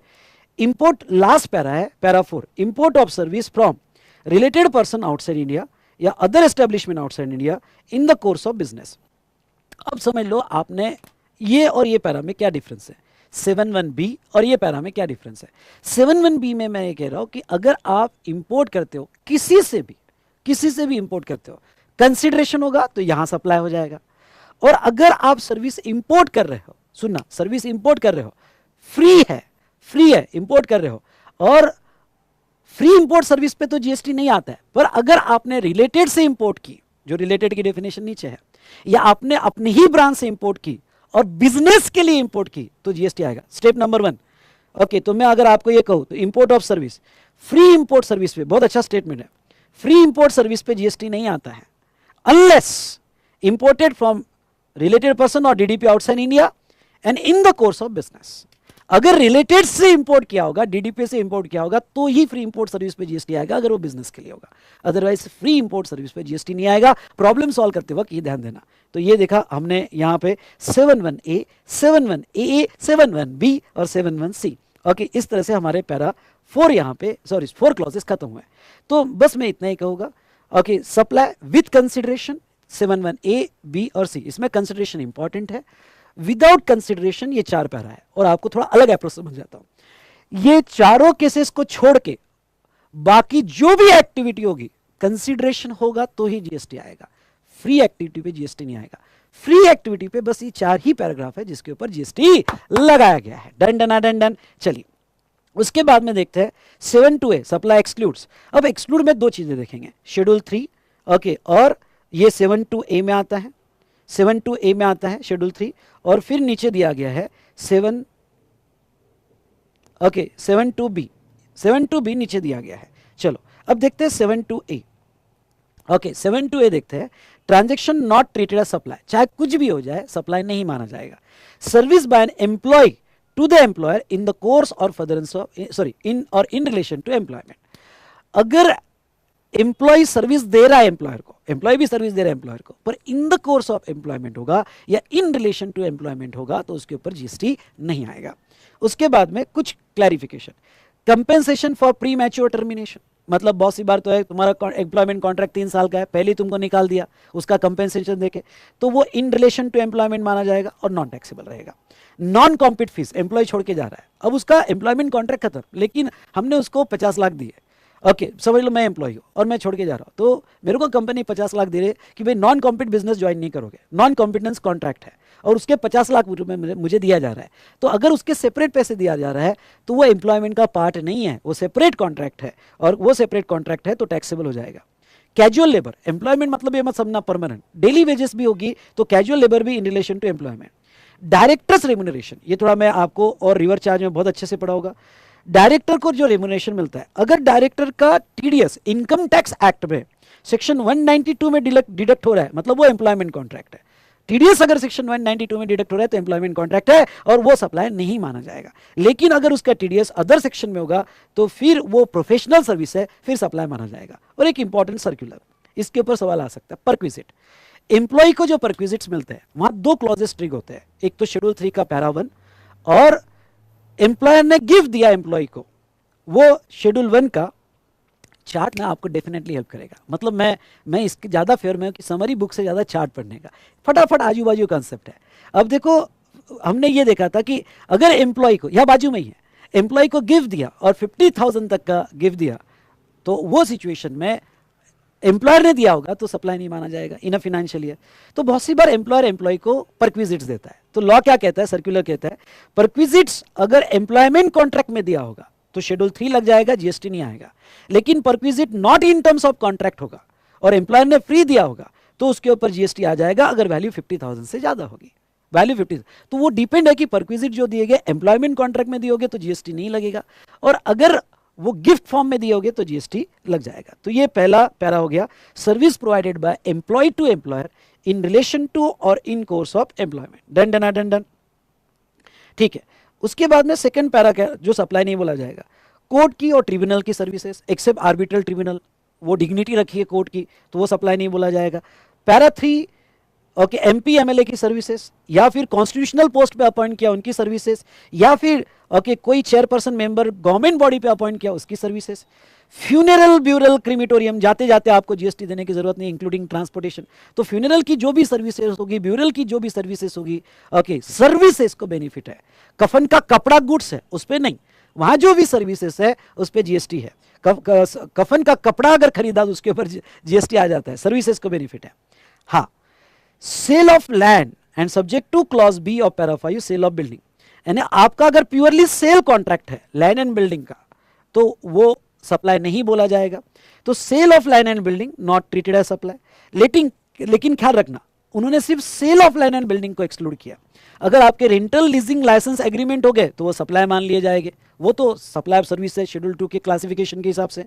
और अगर आपका sale of building before completion certificate होगा, मैं आगे बताऊंगा, तो वो भी आपका सप्लाई मान लिया जाएगा अगर इंटेंडेड फॉर सेल होगा बिफोर कंप्लीशन सर्टिफिकेट। इसमें एक बहुत अच्छा क्लैरिफिकेशन है, और क्लैरिफिकेशन क्या है? Sale of land either as it is or after development like leveling, laying down, drainage, water, etc., electric line, also sale of land and not attract GST। अब कभी कभी क्या होता है, land as it is sale किया या plot को develop करके किया, प्लॉटिंग किया, प्लॉटिंग में सारे पाइपलाइंस डाले, इलेक्ट्रिसिटी लाइंस डाली, ओके, और उसको डेवलप करके सेल किया तो उस पर भी जीएसटी नहीं आएगा, वो भी सेल ऑफ लैंड माना जाएगा। एक्शनेबल क्लेम पे जीएसटी नहीं आएगा except specified actionable claim. Specified actionable claim में 6 एक्शनेबल क्लेम आते हैं, betting, lottery, gambling, okay, casino, okay, online money gaming वगैरह, हॉर्स रेसिंग वगैरह, तो वो उस पर जीएसटी आएगा पर बाकी पे नहीं आएगा। मर्चेंट ट्रेडिंग, अब मर्चेंट ट्रेडिंग समझ लो क्या है कि goods are supplied from one taxable territory to another taxable territory without entering into India. मतलब इंडिया का कोई बंदा बाहर के बाहर सेल कर रहा है, चाइना से खरीदा, यूएस में भेजा, है बंदा इंडिया का, सारी रिकॉर्डिंग इंडिया में कर रहा है, पर बाहर के बाहर non taxable territory to non taxable territory, इसको मर्चेंट ट्रेडिंग करते हैं, तो उस पर जीएसटी नहीं आएगा क्योंकि वो ट्रांजैक्शन इंडिया में हुआ ही नहीं, वो ट्रांजैक्शन सेल परचेस का इंडिया में बाहर हुआ, सिर्फ वो बुक हुआ इंडिया में इन अ बुक एंट्री, पर गुड्स बाहर के बाहर गए तो जीएसटी नहीं आएगा। वेयर हाउस सेल, अब ये कस्टम में भी आपको आएगा। वेयर हाउस सेल मतलब क्या कि अगर आपने कोई गुड्स इंपोर्ट किया और कस्टम वेयर हाउस में रखा, तो आपने इंपोर्ट करके कस्टम वेयर हाउस में रखा, और जब वो कस्टम वेयर हाउस में थे तो आपने किसी और को बेच दिया, तो कस्टम वेयर हाउस में रहते हुए आपने किसी और को बेच दिया तो वो सप्लाई नहीं, क्योंकि अल्टीमेटली जिसको बेचा जब वो क्लियर करने जाएगा तो वो आईजीएसटी देता है। तो आपने वेयर हाउस सेल किया होगा before clearance for home consumption तो उसके ऊपर जीएसटी नहीं आएगा। उसके बाद में हाईसी सेल अगर देखें तो हाईसी सेल देखें मतलब क्या कि भाई आपका गुड्स इंडिया में आ रहा है, यूएस से निकल गया और वो हाई सी पे है और इंडिया में आ रहा है, ट्रांजिट में हाई सी पे, बहुत बड़े समुद्र पे, और ए ने खरीदा था और उसने ट्रांजिट सेल कर दी और ट्रांजिट सेल बी को कर दी, तो ये जो ट्रांजिट सेल हुई है इसके ऊपर जीएसटी नहीं आएगा, क्योंकि अल्टीमेटली जब बी क्लियर करने जाएगा तो उसको आईजीएसटी देना ही पड़ेगा एसीडी फॉर्म में, तो उसके ऊपर जीएसटी नहीं आएगा। ओके, ये हमने देखा। उसके बाद में यहाँ पे okay, notified activity by government. अब देखो नोटिफाइड एक्टिविटी बाय गवर्नमेंट, तो सर्विस अंडर आर्टिकल 243G या 243W और पंचायत और म्यूनिसिपैलिटी। तो अब देखो यहाँ पे सेक्शन 72B क्या कहता है, कुछ एक्टिविटी गवर्नमेंट नोटिफाई करेगी और अगर गवर्नमेंट ने कोई एक्टिविटी नोटिफाई की तो सप्लाई नहीं मानी जाएगी। तो पंचायत की और म्यूनिसिपैलिटीज की एक्टिविटी गवर्नमेंट ने नोटिफाई किया।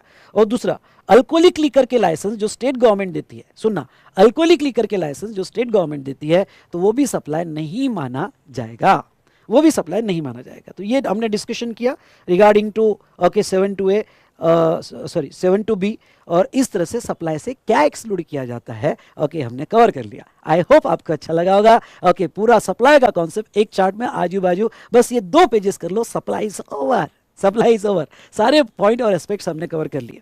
अब आ जाओ यहाँ पे नीचे शेड्यूल 2 में classification of supply as a goods या एज अ सर्विस। सुनना, एज अ गुड्स या एज अ सर्विस। तो 71A क्या कहता है, अगर आपकी एक्टिविटी सप्लाई हुई होगी, सुनना, आपकी एक्टिविटी ऊपर सप्लाई होगी तो वो सप्लाई गुड्स का है या सर्विस का है, ये आइडेंटिफाई करने के लिए आपको जो है अब शेड्यूल 2 फॉलो करना पड़ेगा। शेड्यूल 2 क्या कहता है? शेड्यूल 2 कहता है पैरा 1, अगर आपके सामने, आप कंसल्टेंट हो, आपके सामने ट्रांसफर ऑफ गुड्स के ट्रांजेक्शन आ गए, अब समझ लो मैं गुड्स ट्रांसफर कर रहा हूँ, अगर मैं गुड्स ट्रांसफर करता हूँ तो ये गुड्स का है या सर्विस का है, तो वो कहते हैं अगर आप टाइटल दे रहे हो गुड्स का तो वो सप्लाई ऑफ गुड्स माना जाएगा, या आप फ्यूचर टाइटल दे रहे हो, एग्जांपल हायर परचेस, तो वो सप्लाई ऑफ गुड्स माना जाएगा। अगर आप सर्विस राइट्स दे रहे हो गुड्स के, मतलब क्या, मैं टाइटल नहीं दे रहा हूं, भाई लेके जाओ वापस लाके देना, राइट, और भाड़ा लगेगा, गुड्स का भाड़ा लगेगा, राइट्स दे रहे हो तो वो सप्लाई ऑफ सर्विस, या अनडिवाइडेड शेयर्स दे रहे हो तो वो सप्लाई ऑफ सर्विस। अब ये अनडिवाइडेड शेयर क्या होता है, एक ऐसा कॉमेडी एग्जांपल, आपको फनी एग्जांपल बताना चाहूंगा। जब मैं हॉस्टल में रहता था तो हमने क्या किया था कि सुबह सुबह ठंडियों में बहुत ठंड लगती थी, क्लासेस जाने पड़ते थे, हमने हॉट वाटर कॉइल लाया था, और वो हॉट वाटर कॉइल जो है मिल के लाया था, 3 मिलकर, तीनों का शेयर था, 450 का लाया, 450 रुपीज़ का लाया था, 150 150 150 तीनों ने उसमें डाले। अब देखो क्या हुआ कि उसमें हमारा एक पार्टनर छोड़ के जा रहा था, तो वो कहा कि भाई ये इसमें मेरा 150 रुपया है, मुझे वो वापस करो। हमने कहा हम क्यों दे, तो बोले फिर मैं वो हॉट वाटर कॉइल लेके जाऊँगा। मैंने हाथ तो लगा, ओके उसमें हमारा भी शेयर है, तो वो कहेगा अरे फिर मैं क्या करूँ, तो मैंने कहा कि देख नया पार्टनर आएगा तो तू तेरा शेयर उसको ट्रांसफ़र कर देना और उससे तू 150 ले लेना। ओके, तो अब देखो यहाँ वो 150 ले रहा है अनडिवाइडेड शेयर ट्रांसफर करने के, क्योंकि उसको तोड़ तो नहीं सकते, अनडिवाइडेड शेयर है, तो वो जो पैसा ले रहा है वो गुड्स का नहीं सर्विस का माना जाएगा। जेवी में ऐसा होता है, जॉइंट वेंचर है, कॉमन मशीन खरीदी, अब जॉइंट वेंचर खत्म हो गया तो ये अपना शेयर उसको बेच देता है, तो वो गुड्स नहीं बेच रहा है, वो उस गुड्स का शेयर बेच रहा है, तो वो सर्विस माना जाएगा, उसको कहते हैं undivided share. Land and building, अभी हमने क्या देखा कि sale of land and building, अगर लैंड एंड बिल्डिंग सेल होती है तो वो सप्लाई नहीं मानी जाती है, लेकिन अगर आपने लीज, टेनेंसी, ईजमेंट, लाइसेंस या ऑक्यूपेंसी पे दिया तो सप्लाई माना जाएगा।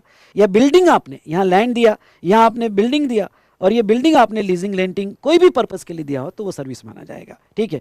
फिर पैरा 3 क्या कहता है? पैरा 3 कहता है ट्रीटमेंट और प्रोसेस, किसी और के गुड्स पे आप कोई प्रोसेस करके दे रहे हो, एनी ट्रीटमेंट और process applied on another's person goods, समझ लो आपका जॉब वर्क है, समझ लो ओके किसी ने मुझे फर्नीचर प्रोवाइड किया, मैंने पॉलिशिंग करके दे दिया, मेरे जॉब चार्जेस है, तो कोई भी इंडिया का कॉन्ट्रैक्ट अगर मेन गुड्स किसी और ने दिया होगा और आप उसके ऊपर ओके प्रोसेस या ट्रीटमेंट करके दे रहे हो तो वो कॉन्ट्रैक्ट यहाँ पे सर्विस का कॉन्ट्रैक्ट माना जाएगा। इवन दो दिखने में गुड्स जा रहा होगा प्रोसेस करके, लेकिन सर्विस का। मैं टेलर हूं, आपने फैब्रिक्स दिया, मैंने शर्ट बना के दिया, पर मेरा कॉन्ट्रैक्ट गुड्स का नहीं है, मैंने आपको बेचा नहीं है, आपका ही फैब्रिक्स था, मेन गुड्स आपका था, उसके ऊपर से प्रोसेस किया है, कोई भी ट्रीटमेंट किया हो तो वो यहाँ पे सर्विस माना जाएगा। आपने कार दी, मैंने पेंटिंग करके दे दी, ओके, तो सर्विस का कॉन्ट्रैक्ट माना जाएगा। पैरा 4, ओके, तो ये क्लासिफिकेशन देख रहे हैं कि कॉन्ट्रैक्ट गुड्स का है या सर्विस का है।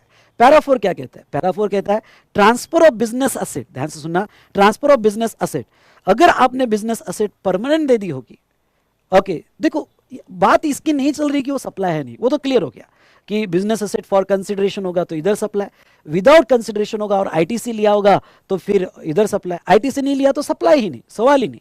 अगर ऊपर कोई पैरा में आपका सप्लाई होता है तो सप्लाई गुड्स का है या सर्विस का है?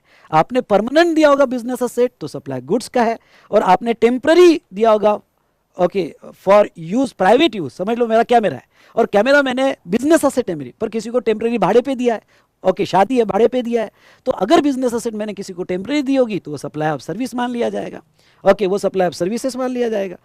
और ये वाला क्लॉज समझ लो, डीम सप्लाई, ये बड़ा डेंजरस क्लॉज है। If you ceases to be a taxable person, मतलब आप डी रजिस्ट्रेशन करवा रहे हो, आपका रजिस्ट्रेशन कैंसिल हो गया, and you ceases to be taxable person. Taxable person मतलब ऊपर डेफिनेशन देखा था, टैक्सेबल पर्सन मतलब ओके पर्सन जिसने रजिस्टर्ड हो या लायबल टू रजिस्टर्ड हो। अब आपने डी रजिस्ट्रेशन करवा लिया, आपने यहाँ पे रजिस्ट्रेशन कैंसिल करवा दिया, तो वो कहते हैं goods forming a part of business asset shall be deemed to be supplied in the course of business. ये बड़ा डेंजरस कॉज है कि अगर आपने अपना डी रजिस्ट्रेशन करवा लिया, रजिस्ट्रेशन कैंसिल किया, तो जितने भी गुड्स तुम्हारे असेट में पड़े होंगे वो डीम टू बी सप्लाई माने जाएंगे, मतलब आपने बेचे नहीं होंगे तो भी सप्लाई माने जाएंगे। एग्जांपल के तौर पे अगर आज वी स्मार्ट मैंने रजिस्ट्रेशन कैंसिल कर दिया तो ये कैमरा, ये लाइट्स, ये सीपीयू, ये टीवी, ओके, ये टैब वगैरह सप्लाई मान लिया जाएगा। अरे सर मैंने बेचा नहीं तो भी सप्लाई मान लिया जाएगा। वेरी डेंजरस क्लॉज, इसलिए रजिस्ट्रेशन कैंसिल करना आसान नहीं है, ये बहुत बड़ा क्लॉज ट्रिगर हो जाता है।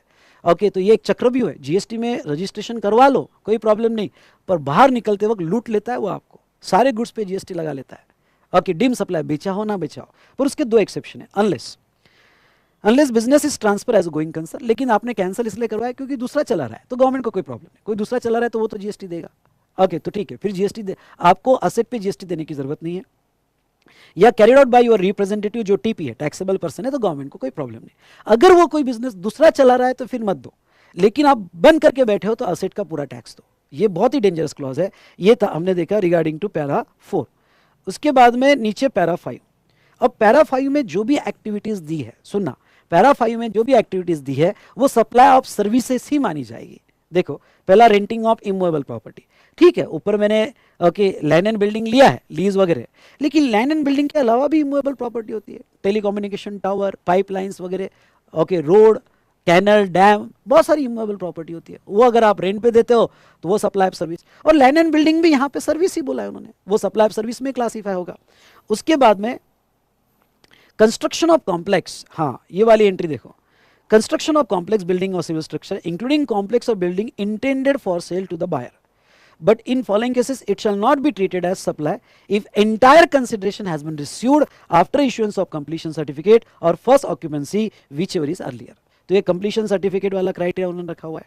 अब ये कंप्लीशन सर्टिफिकेट, एक एग्जांपल इधर लेता हूँ, समझ लो आप कोई फ्लैट बुक कर रहे हो, ओके, कंस्ट्रक्शन में फ्लैट बुक कर रहे हो, शॉप बुक कर रहे हो, कोई भी इमूवेबल प्रॉपर्टी बुक कर रहे हो जो बिल्डर इंटेंडेड फॉर सेल है, आप ओके रेडी टू सेल नहीं है, बिल्डर आपको सेल करेगा, एडवांस बुकिंग में कर आपने एडवांस दिया।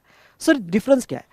अगर डायरेक्ट सेल ऑफ बिल्डिंग है और डायरेक्ट आपका एग्रीमेंट बन रहा है तो उस पर जीएसटी नहीं, पर वो बिल्डर आपको बना के दे रहा है, इंटेंडेड फॉर सेल है, तो फिर एडवांस में आपसे पैसा ले रहा है, तो फिर उसके ऊपर जीएसटी आ जाएगा as a supply of service.